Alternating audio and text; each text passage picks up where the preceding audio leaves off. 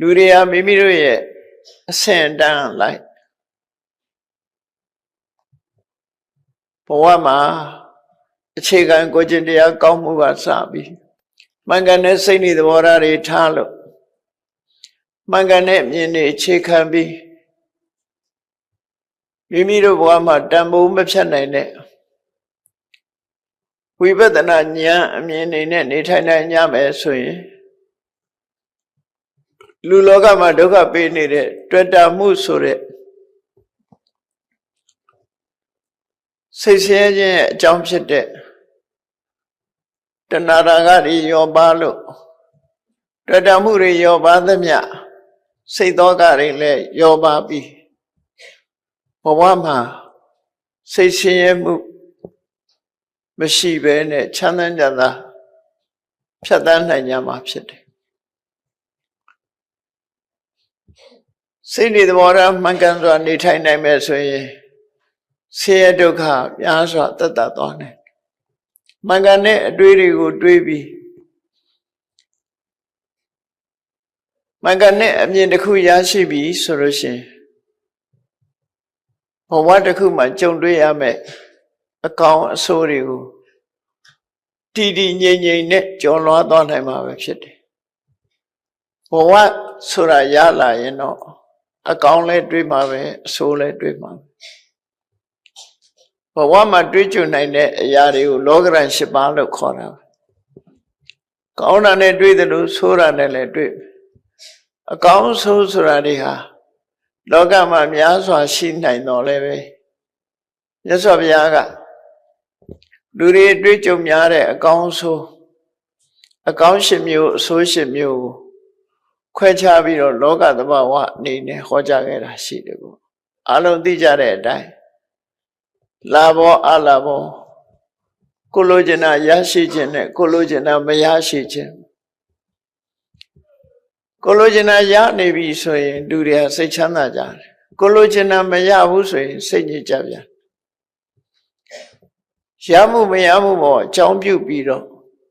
စိတ်ကိုထိန်းနိုင်တဲ့ပုဂ္ဂိုလ်တွေကျတော့တိမတ်တော်မှငြိမ်းချမ်းမှုကိုရနိုင်တယ်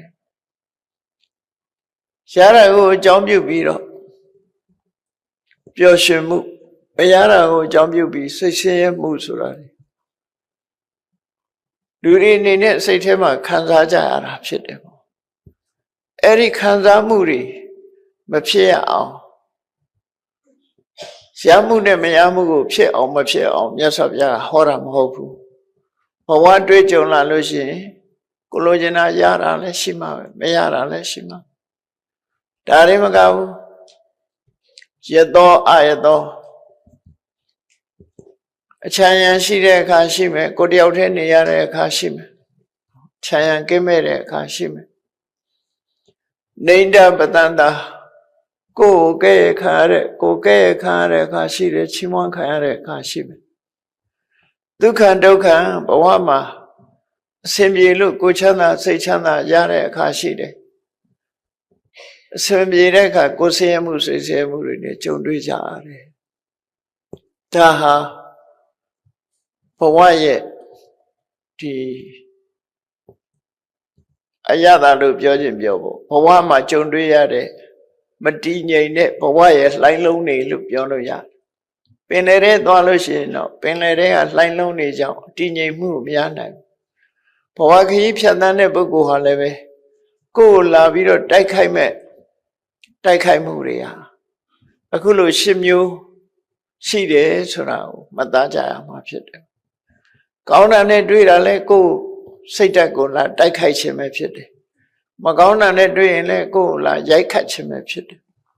ရိုက်ခတ်ခြင်းနဲ့ကြုံလာတဲ့အခါစိတ်ကလေးကတည်ငြိမ်အောင်ဘယ်လိုထားမလဲကောင်းတာနဲ့တွေ့လို့ရှိရင်ဝမ်းသာအားရဖြစ်သွားပြီလာရင်ဒါလှုပ်ရှားခြင်းလို့ခေါ်တယ်မကောင်းတာနဲ့တွေ့တဲ့အခါမှာမကောင်းတာတွေကကိုယ့်ရဲ့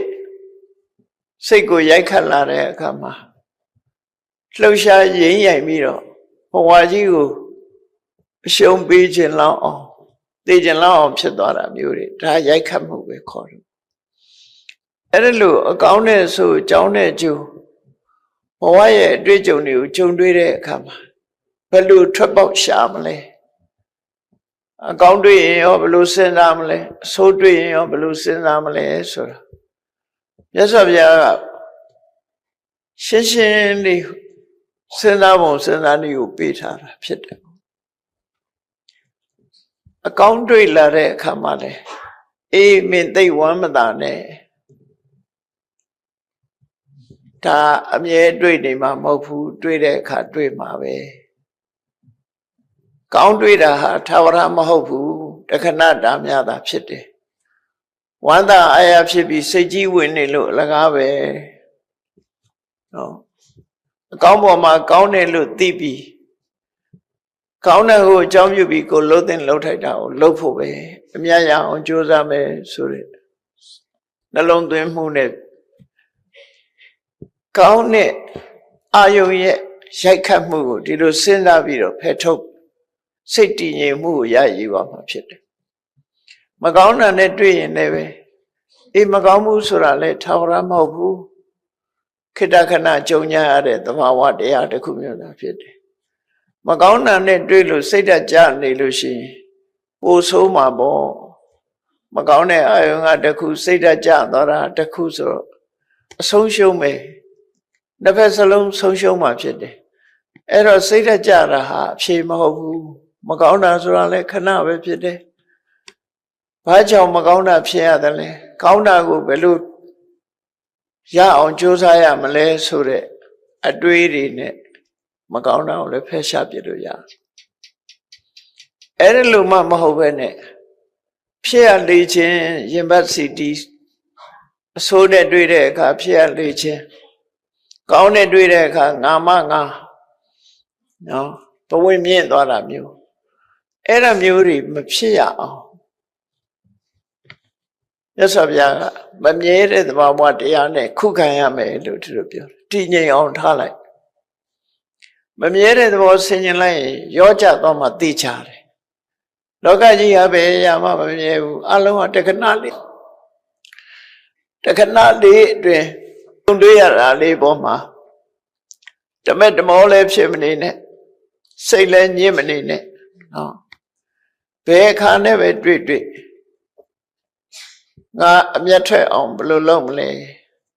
ဘယ်လမ်းကြောင်းကသွားမလဲဆိုတာကိုယ့်အကိုစဉ်းကျင်စဉ်းစားပြီးလှုပ်ရှားရိမ့်ရိုက်မှုမဖြစ်အောင်ကြံ့ခိုင်တဲ့စိတ်ဓာတ်ကိုတိဆောက်အောင်ပဲဖြစ်တယ်အဲ့ဒါလိုတိဆောက်နိုင်တဲ့ပုဂ္ဂိုလ်တွေဟာ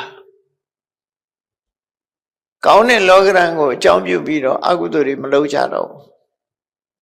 ကောင်းတဲ့လောကရန်နဲ့တွေ့လို့အကုသိုလ်တွေလုပ်တယ်ဆိုတာမာနတွေတက်လာတာအကုသိုလ်ငါမငါဆိုတဲ့မာနတက်လာမာနတက်လာပြီးတဲ့အခါလူဆိုတာကိုယ့်ကိုထင်ကြည့်လာတဲ့အခါတစ်ဖက်ကိုလှမ်းကြည့်သေးတာဒီလူတွေငါတော့ကံမကောင်းပါဘူးဆိုပြီးတစ်ဖက်သားကိုလည်းပဲနှိပ်ကွက်ခြင်းနဲ့စိတ်ပေါလာငါအဆင်မမိပါဘူးဆိုပြီးတော့ဒီလိုအတွေးတွေလည်းတက်လာပြီးတော့လေးစားရမယ့်ပုဂ္ဂိုလ်လည်းပဲမလေးစားဘူးအထင်သေးမှုတွေနဲ့ဆက်ဆံလာတယ်အပြောဆိုတွေမောက်မှလာတယ်အဲ့ဒါကောင်းစားခြင်းရဲ့ရိုက်ခတ်မှုကိုမခံနိုင်လို့ရှိရင်မကောင်းတဲ့အလုပ်တွေဆက်လုပ်မိသွားတယ်လို့ဒီလိုဆိုလို့ရပေါ့နော်အဲ့ဒီအတွေးတွေးလိုက်တာနဲ့မာနအတွေးတွေးလိုက်တာနဲ့မင်္ဂလာတရားရဲ့ဆန့်ကျင်ဘက်ဖြစ်သွားပြီမင်္ဂလာတရားမှာဂါရောစနိဝတောစတန်တုဋ္ဌိစအဲ့ဒီမှာဂါရောတို့နိဝတဘယ်သူပေါ်မှာအထင်သေးခြင်းဆိုတာမလုပ်ရဘူးဆိုတာအဲ့ဒီမင်္ဂလာတရားလည်းကိုယ်မှာပျက်စီးသွားတယ်ဒါကြောင့်မလို့ကောင်းတာနဲ့တွေ့ရင်လည်းပဲဘဝင်မြင့်ပြီးတော့စိတ်အားတွေနှင်းကန်တက်ကြသွားတာမျိုးမဖြစ်စေအောင်မကောင်းတာနဲ့တွေ့တဲ့အခါကျတော့လည်းပဲလူတွေဟာစိတ်ဓာတ်တွေကြပြီးဘာလုပ်လဲစိတ်ဓာတ်ကြတဲ့အခါမှာစိတ်ဓာတ်ကြတော့မခံစားနိုင်တဲ့အခါကျတော့မူရစေဝသုံးတယ်သေရတောက်တယ်ခြားနည်းတွေနဲ့ဖြည့်ရှင်းကြတယ်စိတ်ညစ်တာမခံစားနိုင်လို့ဖြည့်ရှင်းလိုက်ပြီဆိုရင်နောက်ဆက်တွဲအကျိုးဆက်တွေကအကောင်းမလာတော့အဆိုးတွေကြီးပဲလား တခါနောက်ဆုံးမှာအောက်တန်းနောက်တန်းကြတဲ့အနေအထားမျိုးကိုကြာရှည်မခံစားနိုင်ဘူးသေတော်မဤဩကောင်းဤဆိုကိုယ့်ဘာကိုတရားဘောခုံချတာတို့တိုက်မြင့်ကြီးတွေဘောခုံချတာတို့စူးစိုက်လုပ်တဲ့အလုပ်တွေလည်းလုပ်ကြပြန်အဲ့ဒါတက်ကိုယ့်ရဲ့ဘဝတန်ဖိုးပျက်စီးသွားအောင်ဖြတ်စည်းပစ်တာပဲဖြစ်တယ်ပေါ့တန်ဖိုးရှိတဲ့လူဘဝရဖို့ဆိုတာမတတ်မှခဲရလာတဲ့လူဘဝကိုမကောင်းမှုနဲ့အဆုံးသတ်လိုက်တယ်အဆုံးသတ်လိုက်တဲ့အခါမှာကောင်းရသူတွေကုန်ရောက်ဖို့လွန်ခဲရင်သွားပြီဆုံးရှုံးမှုတွေအများကြီးဖြစ်သွားတယ်ဒါကြောင့်မို့လို့အကောင်းနဲ့တွေ့အဆိုးနဲ့တွေ့ကိုယ့်ကိုထိမ့်သိမ်းဆောက်ရှောက်အောင်ကိုယ့်စိတ်ကိုတိမှတ်တော်မှန်နေအောင်လုပ်ရမယ်လို့မြတ်စွာဘုရားဒီလိုဟောတာဒါဟာတကယ်လက်တွေ့ကြတဲ့အဆုံးအမတရားဒီတဲ့အစစ်မြင့်ချွတ်တင်ပြီးတော့ပြုပြင်ထားလို့လည်းရတယ်။ဘာလဲဆိုရင်ဝိပဿနာတရားကိုချွတ်တင်ပြီးတော့စဉ်းစားဆင်ခြင်သုံးသပ်ထားရင်ဘယ်လောကရန်နဲ့ပဲလာခဲ့လောဘနဲ့လည်းစဉ်းစားမှမဟုတ်တော့ဘူးဒေါသနဲ့လည်းစဉ်းစားမှမဟုတ်ဘူးကောင်းတဲ့နဲ့တွေ့ရင်လောဘအတွေးတွေဝင်တယ်မကောင်းတဲ့နဲ့တွေ့လို့ရှိရင်ဒေါသအတွေးတွေဝင်အဲ့ဒီလောဘဒေါသဖြစ်နေခြင်းဟာမောဟကြောင့်ပဲဒီလိုဆိုလို့ရပေါ့နော်အခုလိုမှန်ကန်စဉ်းစားလိုက်တဲ့အခါမှာလောဘလည်းဖြစ်မလားဒေါသလည်းဖြစ်မလားတော့မောဟအသိဉာဏ်နဲ့ကာလိုက်တယ်လို့ခေါ်တာပေါ့နော်အသိဉာဏ်နဲ့ကာလိုက်သည့်အတွက်ကြောင့်ဘလောက်ပဲဒီလှိုင်းလုံးကြီးတွေကြီးပါစေထိုလှိုင်းလုံးကြီးပေါ်ကကြော်ဖြတ်ပြီးသွားနိုင်တဲ့အနေအထားမျိုးကြိုးစားရမှာပဲဖြစ်တယ်ပေါ့ကိုယ့်အတွက်အနှောင့်အယှက်မဖြစ်ဘူးလို့ဒီလိုဆိုလို့မြတ်စွာဘုရားဟောကြားတဲ့တရားတော်တွေဟာလူတွေရဲ့စိတ်ဓာတ်ရင့်ကျက်မှုကိုယ်ကျင့်တရားကောင်းမွန်မှုဒါတွေကိုအခြေခံထားပြီးတော့ဟောကြားလို့ဓမ္မပဒဒေသနာတော်တွေကိုနာယူမှတ်သားကြည့်ကိုယ့်အတွက်ဘဝသင်္ကန်းစာတွေအများကြီးရလိမ့်မယ်တွေးစရာတွေစဉ်းစားစရာတွေအများကြီးပေးထားတယ်မြတ်စွာဘုရားထိုတွေးစရာစဉ်းစားစရာတွေဟာဘဝနဲ့ဆက်ဆက်ပြီးတော့တွေးရတာဖြစ်သောကြောင့်မှန်ကန်တဲ့အတွေးတွေသာဖြစ်တယ်ပေါ့သမ္မာသင်္ကပ္ပဆိုတဲ့မှန်ကန်တဲ့အတွေးရှိမှသမ္မာဒိဋ္ဌိဆိုတဲ့မှန်ကန်တဲ့အမြင်ဆိုတာဖြစ်နိုင်တယ်ဒါကြောင့်မို့မှန်ကန်တွေးတတ်ဖို့မြတ်စွာဘုရားဟာလမ်းညွှန်မှုပေးခဲ့တာသာဖြစ်တယ်ပေါ့ဒီကနေ့မှတ်သားရမယ်ဓမ္မပဒဒေသနာတော်တစ်ပုဒ်ကိုစတင်နားထောင်ကြည့်ပုပ္ပာနိဟေဝပစိနန္တံပုပ္ပာနိဆိုတာပန်းဥယျာဉ်နဲ့သွားပြီးတော့အလှပန်းနေစိုက်ပျိုးထားတဲ့ပန်းဥယျာဉ်ကြီးတစ်ခုထဲရောက်တဲ့အခါဟိုပန်းညုံကြည့်လိုက်လေဒီပန်းလေးကလှလိုက်တာဟိုပန်းညုံကြည့်ပြန်တော့လေဟိုပန်းလေးကလှလိုက်တာအလှပန်းနေမျိုးစုံအောင်စိုက်ပျိုးထားတဲ့ဥယျာဉ်ကြီးတွေရောက်သွားလို့ရှိရင်လူတွေဟာဘယ်ပန်းကလှတယ်ဆိုတာရွေးချယ်မိနေမှာဒါသဘာဝပဲဖြစ်တယ်ပန်းမျိုးစားပေါင်းထောင်သောမကပြထားတယ်မကြခင်ကကျင်းပသွားတယ်ပြင်ဦးလွင်ကပန်းပွဲတော်ကြီးများသွားကြည့်လိုက်မယ်ဆိုရင်နော်သွားကြည့်လိုက်လို့ပန်းပွဲတော်များရောက်သွားမယ်ဆိုရင်အလှပန်းတွေကကြည့်လို့မဆုံးနိုင်တော့လောကမှာအလှပန်းတွေရှိတယ်ဘဝရထားတဲ့ပုဂ္ဂိုလ်တွေဟာလည်းပဲတဏှာဘဝထဲမှာလှပတဲ့ပန်းဥယျာဉ်ကြီးတစ်ခုထဲရောက်တယ်လို့ရွေးချယ်စရာတွေနဲ့ကြုံတွေ့နေကြတာရွေးချယ်နေကြတာပဲလူဘဝဟာပန်းဥယျာဉ်ကြီးတစ်ခုနဲ့လာသရံတူတယ်ပန်းမျိုးစုံနဲ့ပန်းဥယျာဉ်ကြီးနဲ့တူတယ်လို့တင်စားပြီးဟောထားတဲ့တရားဒါနော်ပုပ္ပာနိဆိုတာပန်းနေပစိနန္ဒဆိုတာကိုကြိုက်တဲ့ပန်းလေးရွေးချယ်ပြီးတော့ခူးတာပန်းတွေကိုရွေးချယ်တယ်ဆိုခူးတယ်အဲ့ဒီပန်းတွေရွေးချယ်ဆွခုနေသလိုလူတွေဟာနေ့စဉ်နဲ့အမျှအာယုံ6ပါးကိုနှစ်သက်ရာတွေကိုရွေးချယ်ပြီးတော့ခံစားနေကြတာဒါသဘာဝပဲမျက်စိကလှတဲ့ပါတဲ့ရှုခင်းနေသို့မဟုတ်ကိုမျက်နှိုးတဲ့အရာတွေကြည့်တယ်ရွေးချယ်တယ်မြင်ကွင်းထဲမှာရောက်လာတဲ့ဟာနောက်ဆုံးမှလူချင်းလေသူကလှတယ်သူကမလှဘူးရွေးချယ်တာပဲလေ တန်ကြတော့လည်းပဲဘယ်သူကတချင်းဆိုကောင်းတယ်ဘယ်သူကအတန်ကောင်းတယ်ဆိုအတန်ရွေးချယ်ချက်ပြန်အနံ့ကြတော့လည်းဘယ်အနံ့လေးကမှုေးတယ်ဘယ်အနံ့ကသင်းတယ်နဲ့ရွေးချယ်တာပဲလေအရသာဆိုလည်းပိုးရွေးချယ်ကြတယ်ဗမာထမင်းနဲ့မကဘူးနော်ကိုရီးယားထမင်းနဲ့ဂျပန်ထမင်းနဲ့အရသာတွေရွေးချယ်ကြတာပြောပါတယ်အတိဏမျိုးစုံရတာမျိုးစုံရွေးချယ်နေကြတာပန်းဥယျာဉ်ထဲမှာပန်းနေလိုက်ခူးနေတာနဲ့မတူဘူးလားလို့ဆိုတူးနေတယ်လူလောကမှာရွေးချယ်နေကြတာလေစူပါမားကတ်ကြီးတွေဝင်သွားရင်လိုချင်တဲ့ပစ္စည်းတွေပြည့်အထက်ဆိုင်တန်းဝင်သွားရင်အထက်ဆိုင်တွေထဲတွေတွေ့မှာအဲ့ဒါလို့မားကတ်ကြီးတစ်ခုတည်းရောက်သွားတဲ့အခါမှာရွေးချယ်စရာတွေကိုလိုက်ပြီးတော့ရွေးချယ်လို့ဒါလေးကလည်းကောင်းလိုက်တာဟိုကလေးကလည်းကောင်းလိုက်တာနဲ့ရွေးနေမှာပဲရွေးလို့အမရဘူးကာမဂုဏ်အာယုန်တွေကိုဒီလိုပဲရွေးချယ်ပြီးတော့ရွေးရင်ချယ်ရင်နဲ့ပဲဘဝမှာနော်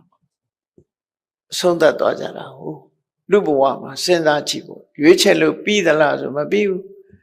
တခဏရန်နာတာကိုအပြီးလို့ပြောလို့မရဘူးနော်အေးရွေးချယ်မှုကရှိနေမှာပဲအဲ့ဒါကိုဥပမာနဲ့မြတ်စွာဘုရားဟောတာပုပ္ပာနိဟေဝပုပ္ပာနိဟိပုပ္ပာနိဧဝပစိနန္တံပန်းတွေကိုရွေးချယ်နေသလိုပဲတဲ့ကာမဂုဏ်အာယုန်တွေကိုလူတွေဟာရွေးချယ်နေကြတယ်ရွေးချယ်တာမှစိတ်အားတက်ပြီးတော့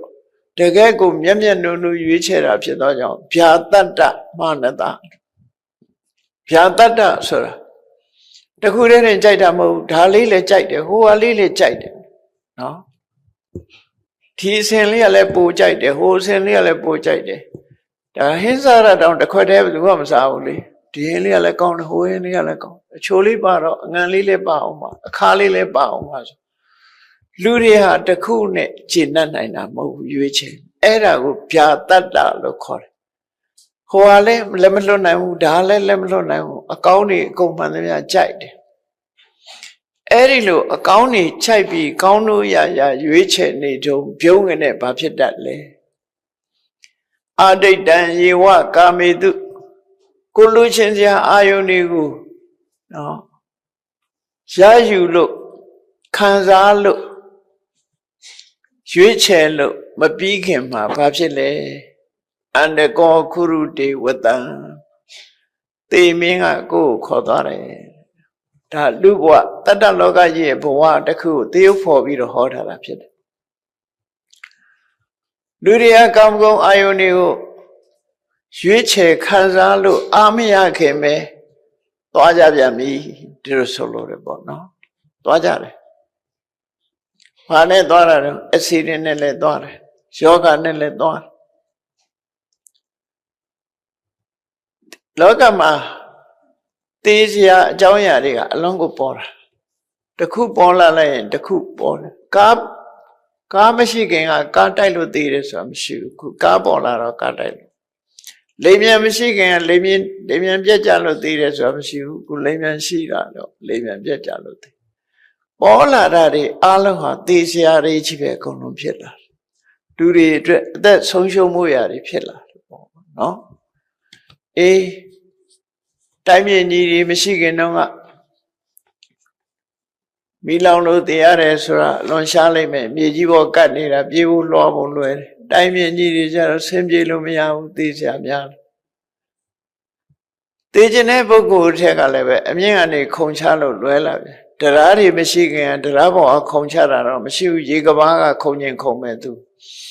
တရားတွေရှိလာတော့တရားပေါ်အခုံချတယ်ဆိုသိစရာတွေကကြမ်းဖန်ပြီးတော့လောကမှာပေါ်လာဘဝတစ်ခုကိုဆုံးသက်တတ်တဲ့သိခြင်းတရားကိုအန္တကောလို့ခေါ်တယ်အန္တံကရောတိတိအန္တကောဘဝတစ်ခုကိုဆုံးသက်တာအဲ့ဒီအဆုံးသက်တဲ့သိမင်းကလူတွေကိုခေါ်ယူသွားလိုက်တယ်လို့သူတို့ဆိုတယ်ပေါ့နော်အဲ့တော့မြတ်စွာဘုရားဟောကြားလို့ရင်အဆုံးမတကားလေးကဘာတော့ကာမဂုဏ်အာယုန်တွေပန်းဥယျာဉ်နဲ့သွားပြီးပန်းမွင့်လေးတွေရွေးချယ်နေတုံးပဲကာမဂုဏ်ရွေးချယ်နေသလိုကာမဂုဏ်အာယုန်တွေကိုရွေးချယ်ပြီးတော့ ခံစားလို့မဝတဲ့အချိန်လေးမှာအားရတယ်လို့မရှိဘူးအားမရခင်လေးမှာတေမင်းကကိုခေါ်သွားတယ်တရားဝါတွေကိုခေါ်သွားတယ်ဆိုတဲ့အဓိပ္ပာယ်ကိုမြတ်စွာဘုရားဟောအဲ့တော့ဘဝကြီးဟာဒီတိုင်းပဲကိုယ့်ကိုဆင်ញင်သုံးသပ်ရမယ်လို့ဆိုလိုတယ်ဘယ်နေ့သိမယ်မသိဘူးဆိုတော့ဘယ်သူမှသိလို့မရဘူးသိခြင်းနဲ့ချက်ချင်းနော်သိခြင်းနဲ့ချက်ချင်းဒီရန်ကုန်မှာထမရဲ့ယနေ့ခါတော့ကဖြစ်သွားတယ်သားမိ2ယောက်သမီးလေးကအောက်ဆင်းပြီးရှေ့ကစီးရကနေနောက်အမေဘက်ကိုသွားမလို့ကားပေါ်ကနေဆင်းလိုက်နောက်ကားတစ်စီးကမောင်းပြီးတော့ပါသွားလေကပ်ပြီးတော့ကားပေါ်ကဆင်းငါရှိသေးတယ်အဲ့ဒါကားတိုက်ပြီးတည်သွားတယ်ပြောလို့ဘယ်ဟာမှမရနိုင်ဘူးပေါ့ချက်ချင်းဘဝအဆုံးသတ်သွားကြတယ်အဲ့ဒီလိုပဲကိုမျောလင့်တာမဟုတ်ဘဲနဲ့လည်းပဲဆုံးသတ်သွားတယ်မျောလင့်ထားတဲ့ဝေဒနာနဲ့လည်းသိချင်မှသိတယ်လောကမှာဘယ်လိုသိမယ်ဆိုတာဘယ်သူမှသတ်မှတ်ထားလို့မရဘူးသတ်မှတ်လို့မရတဲ့အရာ5မျိုးဆိုပြီးတော့မြတ်စွာဘုရားဟောထားရှိတယ်စီဝိတမင်းအသက်ဘယ်လောက်ရှင်မယ်ဘယ်လောက်နေရမယ်ဆိုတာသတ်မှတ်ချက်မရှိဘူးဖြာတိဘာယောကနဲ့သိမယ်ဆိုတာလည်းသတ်မှတ်ထားတာမရှိဘူးကာလဘယ်ချိန်သိမယ်ဘယ်ခုနှစ်ဘယ်နှစ်ဘယ်လမှာသိမယ်ဆိုတာလည်းသတ်မှတ်ထားတာမရှိဘူးသိသွားပြန်တော့ရောကိုယ့်ရဲ့အလောင်းကိုဘယ်နေရာမှာမြုပ်နှံမယ်ဆိုတာလည်းသတ်မှတ်ချက်မရှိဘူးလိမ်ပြန်ပြက်ကြလို့သိသွားတဲ့လူတွေဟာလွမ်းသူပန်းခွေချတာတော့ပင်လယ်ထဲမှာပန်းကျဲရတဲ့အဆင့်မျိုးတွေလည်းရောက်တာလေဘယ်ရောက်လို့ရောက်တော့မှမသိတာတွေလည်းရှိတယ်အဲ့တော့ကိုယ်အလောင်းဘယ်မှာချမယ်ဆိုတာလည်းသတ်မှတ်ထားတာမရှိဘူးနောက်ဆုံးမှသိပြီးတော့နောက်ဘဝဘယ်ဘဝရောက်မယ်ဆိုတာလည်းသတ်မှတ်ချက်မရှိဘူးအဲ့ဟာသတ်မှတ်ချက်မရှိမသိနိုင်တဲ့အရာ5မျိုးလို့ဆိုလို့ပေါ့ဒါကြောင့်မသိနိုင်တဲ့အတွက်ကြောင့်မသိနိုင်ဘူးဆိုတာကြိုတင်သတ်မှတ်ပြီးတော့ထိပ်ပေးထားလို့မရတဲ့အရာတွေလို့ဆိုလို့တယ်အဲ့တော့မိမိတို့ကိုယ်တိုင်ဟာ ever ready အစဉ်ထာဝရရှိနေရမယ်ကောင်းတဲ့ဘက်ကနေပြီးထာဝရ ready ဖြစ်နေရကိုယ့်ရဲ့အတွေးတွေမှန်ကန်တဲ့အတွေးနဲ့အချိန်မီကိုဟာအစဉ်သင်ဖြစ်နေတဲ့ပုံစံမျိုးစိတ်ကိုထိမ့်သိမ်းဆော့ရှော့အောင်မယ်လို့ဒီလိုဆိုလို့တယ်ပေါ့နော်အဲ့တော့ဒီဓမ္မပဒဒေသနာတော်မှာမြတ်စွာဘုရားဟောလိုက်တာအေးပန်းအလှတွေကိုရွေးချယ်နေတဲ့တမက်တမောကြီးပန်းအလှတွေကိုရွေးချယ်နေတဲ့ပုဂ္ဂိုလ်လိုပဲကာမဂုဏ်အာယုန်တွေကိုကိုယ်စိတ်တိုင်းကြရွေးချယ်ခံစားနေလို့အားမရခင်မှာပဲသေမင်းကခေါ်သွားတယ်ဆိုတဲ့ဒီစဉ်းစားရမယ်အချက်ကလေးတစ်ခုမြတ်စွာဘုရားသင်္ကန်းစာပေးပြီးတော့ဟောတာလက်တွေ့အနေနဲ့ဟောလိုက်တာဘာကိစ္စနဲ့ဘာကိုအကြောင်းပြုဟောတာတုံးဆိုတော့တာဝတိမြို့မှာတန်ဃာတွေကိုအမြဲတမ်းဝကြိုးငယ်ပြုပြီးနေ့စဉ်နဲ့အမျှတန်ဃာတွေဆုံးဖုံးပေးတဲ့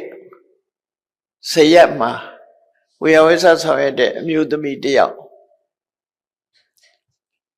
အခုလိုနေ့မှာဝေယဝိဆတွေဆောင်ရွက်ပြီးနောက်တည့်ရက်ကျတော့ဝေယဝိဆ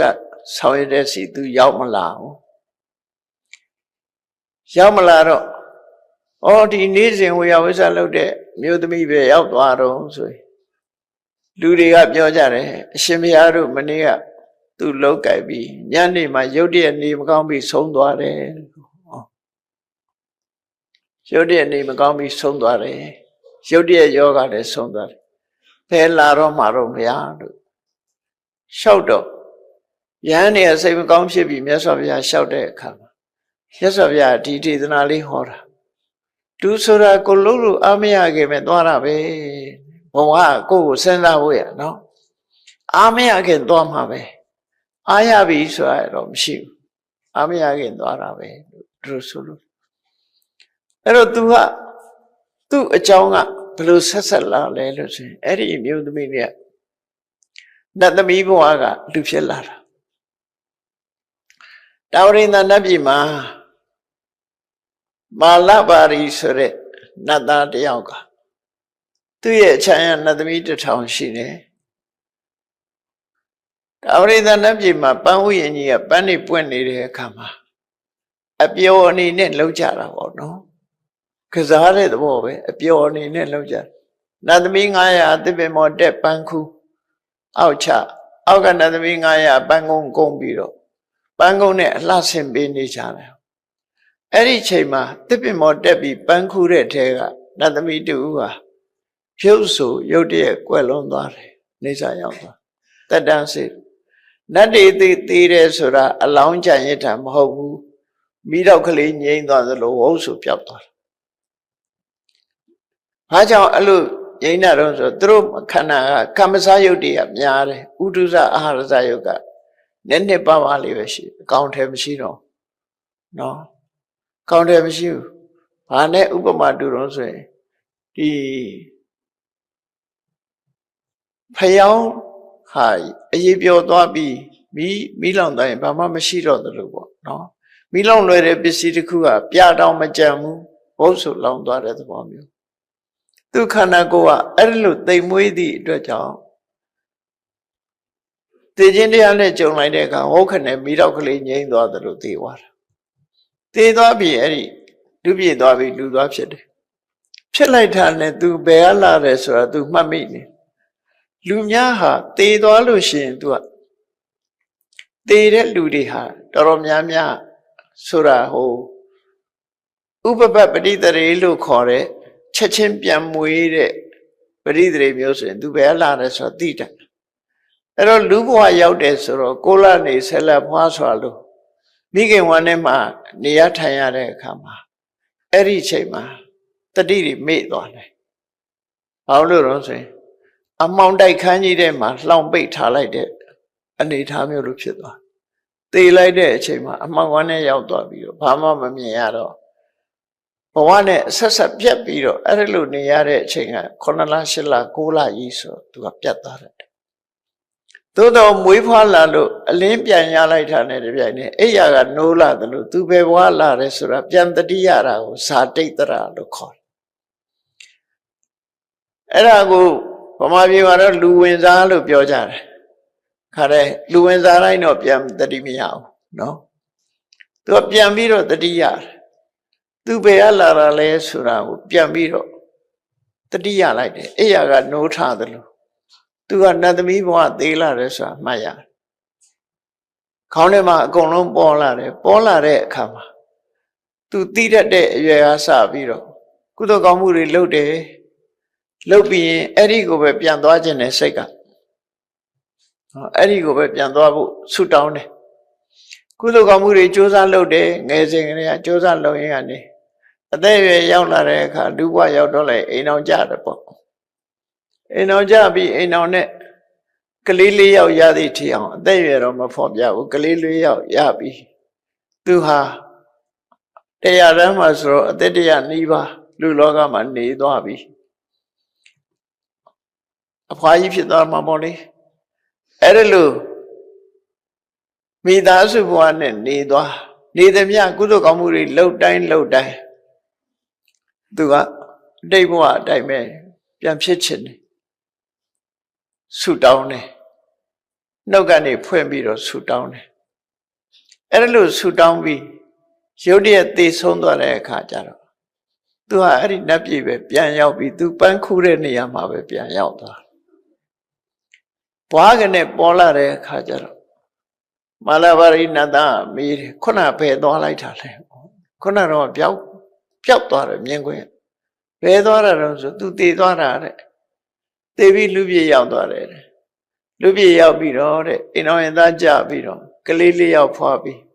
အသက်အရွယ်ကြီးလို့ကြီးတဲ့အရွယ်မှာသူတည်ဆုံးလာခဲ့တယ်လို့သူပြောတယ်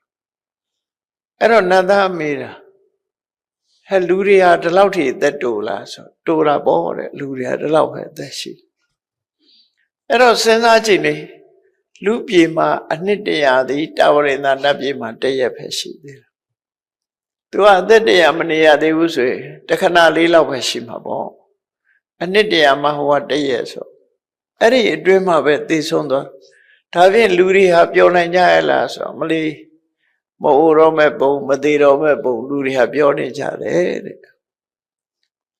ဒါစဉ်းစားကြည့်လိုက်မယ်ဆိုလို့ရှိရင်မယုံနိုင်စရာလို့ပြောကောင်းပြောနိုင်တော့လည်းပဲစဉ်းစားကြည့်လေချင်းကလေးတွေဖြုတ်ကလေးတွေရဲ့တက်တံဘယ်လောက်ကြာအမှန်တမ်းနဲ့တူတဲ့လူတွေနဲ့ဆိုင်ကြောင်ကလေးတွေခွေးလေးတွေဆိုလဲအမှန်တမ်းတူထောင်ရတယ်အဲ့တော့အသက်တူတယ်ဆိုတာလူတွေနဲ့တိရစ္ဆာန်တွေနဲ့အသက်ကဒါကွာခြားအဲ့ဒါလိုပဲနတ်တွေနဲ့လူတွေလည်းပဲဒါကွာခြားတော့တခဏအတွင်းလေးမှာလူဘဝဖြစ်ပြီးတခဏအတွင်းလေးပြန်သိလာတယ်ဆိုတဲ့အထိပ္ပယ်ရောက်တယ်ပေါ့နတ်တွေအဲ့ဒီဇလန်းလေးမှာယဟန်တွေကဒီမျိုးသမီးမနေ့တုန်းကမနေ့တုန်းကမှတန်ဃာရဲ့ဝေယဝိဆလုံးနေတယ်နောက်တည့်ကျတော့သူမရှိတော့ဘူးလို့ကြားတယ်ဘဝဆိုတာတူတုံးလှကြီးလားမြန်လှကြီးလားလို့ဆိုတဲ့အကြောင်းကိုအကြောင်းပြုပြီးမြတ်စွာဘုရားဒါဟောတာဒီကာလလေးဘဝသင်္ကန်းသာပေးတယ်ပုဗ္ဗာနိဟေဝပစိနန္တံဗျာတတ္တမာနတံနရံတမက်တမောစိတ်ဓာတ်ကိုဆွဲဆွဲမဲ့မဲ့နဲ့ပန်းဝရင်နဲ့ကပန်းတွေကိုရှားပွေးနေတယ်လို့ရှားပွေးပြီးတော့ရွေးချယ်နေတယ်လို့ကာမဂုဏ်အာယုန်တွေကိုရွေးချယ်လို့ခံစားလို့အာမရခင်မှာပဲအတိတ်တန်ယေဝကာမေတုအာမရခင်မှာပဲခံစားနေတဲ့ပုဂ္ဂိုလ်အနကောခုရုတေဝတံသေမင်းကသူ့အလိုတိုင်းဆောင်ယူသွားတယ်ဆိုတဲ့ဒီဒေသနာတော်မြတ်စွာဘုရားဟောတာပြီလို့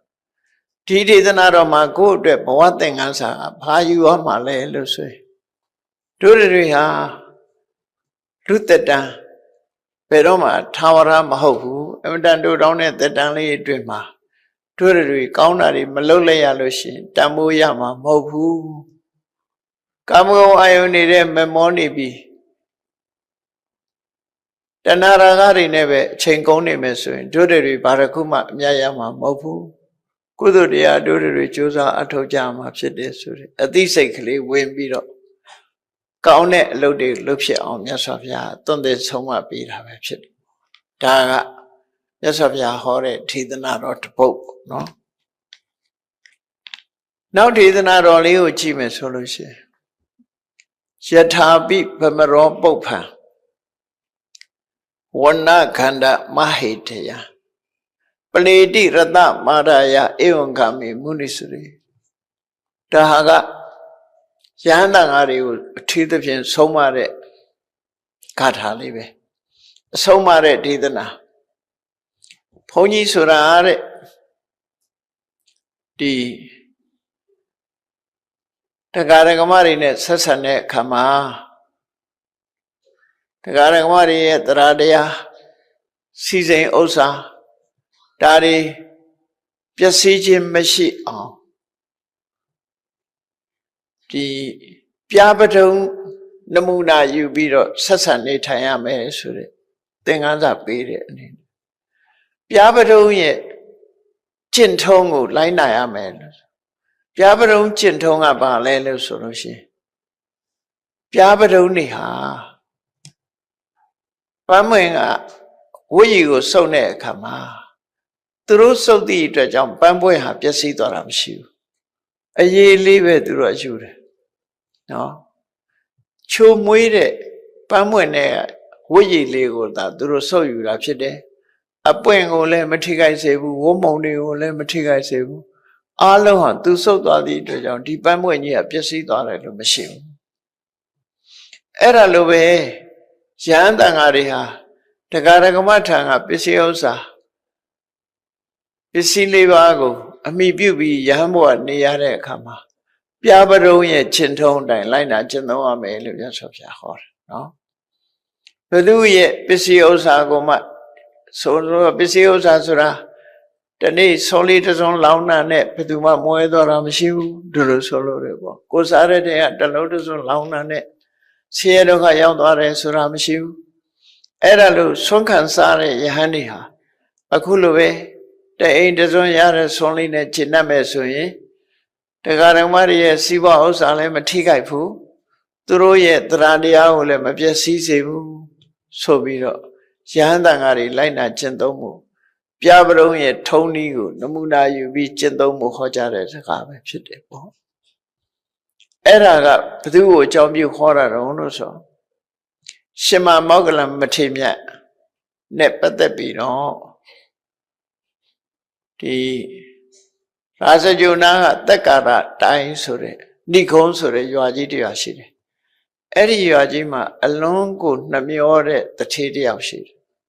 နှမျောတယ်ဆိုတာဘယ်သူမှမတရာဘူးနော်ဘယ်သူမှမတရာလာအောင်သူ့ကိုယ်သူတောင်သူ့ဘိုက်တောင်သူမတရာအောင်နှမျောတဲ့လူရှိသေးတယ်တချို့ကိုတော့စားတယ်သူများမပေးတာဒါတစ်မျိုးနော်ကိုတောင်မစားရအောင်နှမျောတဲ့လူကလည်းရှိသေးတယ်နော်လောကမှာအဲ့ဒီလူသူကကောတိယဆိုတဲ့တထေးဟာအလွန်ကိုနှမျောလုံးတို့သူ့ကိုမစ္စရိယကောတိယလို့နာမည်ပေးထားဖြစ်တယ်သူနှမျောလိုက်ပုံဇလန်းလေးအကျဉ်းချုပ်ပြောရမယ်ဆိုရင်သူဟာမြို့ရဲသွားလိုက်ရင်ကနေပြီးတော့လမ်းဖေးမှာဒီအိုးကင်းနဲ့ကြော်တဲ့မုံကလေးကိုမေးရှက်ရစားပြီးတော့နေတဲ့ဆင်းရဲသားတယောက်ကိုချစ်ပြီးတော့သူကအိုးကင်းကြော်ပုံလေးစားချင်တာမှတော်တော်ကိုစားချင်ကိုယ်ပဲဆန်ရှိနေဝယ်စားလိုက်ပါလားဆိုမဟုတ်ဘူးသူကတွေးတယ်ဒီမုံငါစားရင်ကျန်တဲ့လူတွေကလည်းသူတို့လည်းစားချင်တယ်ဆိုပြီးဝိုင်းစားကြမှာအဲ့တော့ပတ်စံနေကုန်လိမ့်မယ်မစားဘူးငါစားရင်အကုန်စားကြမှာအဲ့တော့ငါလည်းမစားဘူးအောက်နေမယ်အောက်ရင်နဲ့ဘေးလုံးကြီးဖြစ်လာတယ်နဲ့တူပါတယ်ကြည့်နော်အောက်နေကြတော့မအောက်နိုင်တဲ့အခါကျတော့အိတ်မပြောစားမဝင်ဖြစ်လာနေတိုင်းမကောင်းတဲ့အခါကျတော့တထေးတော်ကြီးကချင်းကပ်ပြီးတော့မေးတယ်ဘာဖြစ်လို့လဲဘာယောဂဖြစ်နေလဲနေမကောင်းဘူးလားလို့ဆိုဘာယောဂမှလည်းဟိုဒီဘက်တိဆန်းလို့ရမှာမဟုတ်ဘူးသူကအောင့်နေတဲ့ယောဂပဲစားခြင်းအတန်းနဲ့မစားရတဲ့အောင့်ဤနေရတဲ့ယောဂနောက်ဆုံးကျတော့တထေးတော်ကြီးမေးပါများတဲ့အခါကျတော့သူကပြောတယ်အိုးကင်းမုံနေစားခြင်းနာအဲ့ဒါကြောင့်မလို့ဒါလေးမစားရလို့လူဟာမကြမ်းမမှဖြစ်တယ်